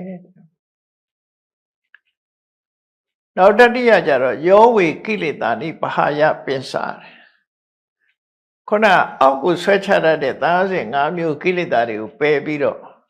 ပရိပုံဏသင်္ခောအပရိဟာဏဓမ္မောပြပြဝဝကျင့်စရာတွေကိုကျင့်ပြီးဘယ်တော့မှပြန်လဲဆွေးရသွားမှုမရှိတဲ့စေတောဝသိပ္ပတောတမဟိတိန္ဒရိယောဒီစိတ်ကိုပိုင်နိုင်သွားပြီးတမာတိတည်ငြိမ်တဲ့တမာတိတွေကောင်းစွာရသွားတဲ့ပုဂ္ဂိုလ်တွေဆိုလိုတာဆံရပြီးတမာတိတရားနဲ့စိတ်ဓာတ်ကိုပိုင်ဆိုင်သွားတဲ့ပုဂ္ဂိုလ်တွေတဝေထိတတော်တိနရောပါဝစတိအဲ့ဒီပုဂ္ဂိုလ်ကြတော့ယတ္တိတဲ့သဘာဝရှိသွားတဲ့ပုဂ္ဂိုလ်တဲ့အနာဂံဖြစ်ပြီးတော့မြမပြေမှာရှက်တန့်သွားတယ်အဲ့ဒီမှာပဲပြိဋိဘံဆံရမယ်ကာမဘုံကိုပြန်မလာတော့ဘူးတန်တရားထဲမှာအဲ့ဒီပုဂ္ဂိုလ်မျိုးကိုယတ္တိတဲ့သဘာဝရှိတဲ့ပုဂ္ဂိုလ်လို့ပြောတယ်နောက်နံပါတ်4ပုဂ္ဂိုလ်ကြတော့ပရောပရာယတ္တသမစ္ဆဓမ္မမြင့်မြတ်တဲ့တရားမကောင်းတဲ့တရားဆိုလိုတာကုသိုလ်နဲ့အကုသိုလ်ကုသိုလ်နဲ့အကုသိုလ်ကိုခွဲခြားသိပြီးတော့ဝိတုပိတအထာဂတနတ္တန္တိအဲ့ဒီပုဂ္ဂိုလ်ကြတော့ကုသိုလ်ဆိုတာလည်းမရှိတော့ဘူးအကုသိုလ်ဆိုတာလည်းမရှိဘူးအကုသိုလ်ပယ်လိုက်သည့်အတွက်ကြောင့်ကုသိုလ်ဆိုတာလည်းမရှိတော့ခရိယမတ္တပြုလို့ယုံမြဖြစ်သွားတယ် အဲ့ဒီဘောကဘယ်လိုဆိုတာတော့ဆိုကုသိုလ်နဲ့အကုသိုလ်ကဆန့်ကျင်ဘက်ကိုပြောတာအကုသိုလ်ကယောဂကုသိုလ်ကဆေးဆိုတာဆိုယောဂရှိနေဆေးလိုနေတယ်ယောဂမရှိတော့ဘူးဆိုဆေးမလိုတော့အဲ့ဒီဘောမျိုးပဲကုသိုလ်ကအကုသိုလ်ဖဲတာအဲ့တော့အကုသိုလ်ရှိနေသေးလို့ရှိရင်ကုသိုလ်ကရှိနေရမှာအဲ့ဒီဘောပြောတာကုသလနဲ့အကုသလအဖြူနဲ့အမဲလို့ပဲနိုင်ငံတနိုင်ငံမှာတဘုံနေရှိနေရင်စစ်တပ်ရှိနေမှာတဘုံကိုကာကွယ်ဖို့တိုက်ဖို့စစ်တပ်ရှိနေရတဘုံမရှိတော့ဘူးဆိုငြိမ်းချမ်းသွားရင်စစ်တပ်မရှိတော့အဲ့ဒီသဘောမျိုးပဲကုသိုလ်နဲ့အကုသိုလ်အဲ့တော့ယဟနာပုဂ္ဂိုလ်ကြတော့အကုသိုလ်တွေမရှိတော့ဘူးဆိုတော့ကုသိုလ်လည်းသူမှမရှိတော့ဘူးလို့ပြောအဲ့ဒီကုသိုလ်ကိုကရိယာတိုက်ပွဲဝင်ရတဲ့အနေအထားမျိုးမဟုတ်သည့်အတွက်ကြောင့်ကရိယာပြုတ်မှတ်တာပဲရှိတယ်လို့သူတို့ပြောတာအကုသိုလ်ဖယ်တဲ့ဟာမဟုတ်တော့ဘူးသူကဘာပဲယဟနာပုဂ္ဂိုလ်တွေကဌာနကောင်းမှုလုပ်တယ်သူတို့သီလတွေစောင့်တည်တယ်တရားဟောတယ်တရားနာတယ်စသဖြင့်တာမန်ပုဂ္ဂိုလ်ဆိုရင်ဒါကုသိုလ်လို့ခေါ်တယ်သူတို့ကြတော့အဲ့ဒါတွေနဲ့အကုသိုလ်ကိုရှင်းစရာအကြောင်းမရှိသည့်အတွက်ကြောင့်ကရိယာလို့ခေါ်လိုက်တာနော်ပြုလုပ်ခြင်းတသက်မြပဲဘာလို့လဲဆိုရဆက်ကိုမထုတ်တော့ဘူးကုသိုလ်အကုသိုလ်ဆိုတာကုသိုလ်ကဆိုးကျိုးကိုဖယ်ဖြစ်စေကုသိုလ်ကဆိုးကျိုးကောင်းကျိုးကိုဖြစ်စေတယ်အကုသိုလ်ကဆိုးကျိုးကိုဖြစ်စေတယ်အဲ့ဒီကောင်းကျိုးဆိုးကျိုးပေးတဲ့တရားမရှိတော့ဘူးလို့ဆိုလိုတယ်ပေါ့နော်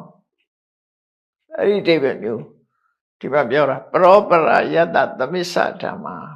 အသိဉာဏ်နဲ့ထိရောက်ပြီးတော့ကုသိုလ်တရားအကုသိုလ်တရားတွေကိုသူတို့တဏ္ဍာမှာဖြည့်ဆည်းပြလိုက်လို့အကုသိုလ်တရားတွေဖြည့်ဆည်းပြလိုက်လို့ကုသိုလ်တရားတွေကလည်းပဲချုပ်ငိမ့်သွားကြတယ်မရှိကြတော့ဘူးသဝေမုနိဝုတိတဗြဟ္မစရိယောအဲ့ဒီမြင့်မြတ်ပြီးအသိဉာဏ်ရှိတဲ့ပုဂ္ဂိုလ်ဟာမြတ်သောအကျင့်ကိုလည်းပဲပြီးပြီးဝကျင့်သုံးပြီးတော့ဖြစ်တယ်လောကန္တကုပါရဂတောတိဥစ္စတိအဲ့ဒီပုဂ္ဂိုလ်ကလောကရဲ့အဆုံးကုန်းမော်ရောက်သွားတဲ့ပုဂ္ဂိုလ်လို့ပြောအောင်မယ်ဘာအနေရောမှမရှိတော့ယဟနာဖြစ်သွားလို့ရှိရင်ဒါလောကရဲ့အဆုံးကိုရောက်သွားပြီလို့သူတို့ပြောတယ်တန်တရားထဲမှာဒုက္ခဆိုတာမရှိတော့ဘူးနိဗ္ဗာန်တည်းဟူသောကံမောတက်သွားပြီလို့ဒီလိုမြတ်စွာဘုရားကပုဂ္ဂိုလ်ဆင်းလိုက်တန်တရားနဲ့ပတ်သက်ပြီးတော့အခုလို၄မျိုးခွဲခြားပြီးတော့ဟောကြားတာဖြစ်တယ်အဲ့တော့တရားချစ်ခင်သူတော်စင်ပြိဿပေါင်းတို့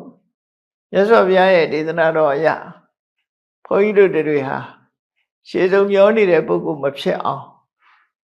ကိုယ်ကိုကြိုးစားအထောက်ကြကိုယ်ကြိုးစားအထောက်ပြီးတော့ရှေးစံတက်ဖို့ကြိုးစားရမယ်တည်ငြိမ်သွားတဲ့အနေအထားမျိုးရောက်အောင်ကြိုးစားရမယ်လုံးဝတန်တရားရဲ့တစ်ဖက်ကနိဗ္ဗာန်မောရောက်ရှိအောင်ကြိုးစားရမယ်အဲ့လိုကြိုးစားနိုင်မှသာလဲတန်တရားကိုဆင်းရဲဝိဉ္ဇနာခြင်းသိခြင်းဆိုတဲ့တန်တရားကိုဆင်းရဲလွတ်နိုင်တယ်လို့ကိုယ်စီမှတ်သားပြီးကြိုးစားအထောက်နိုင်ကြပါစေကုန်သတည်း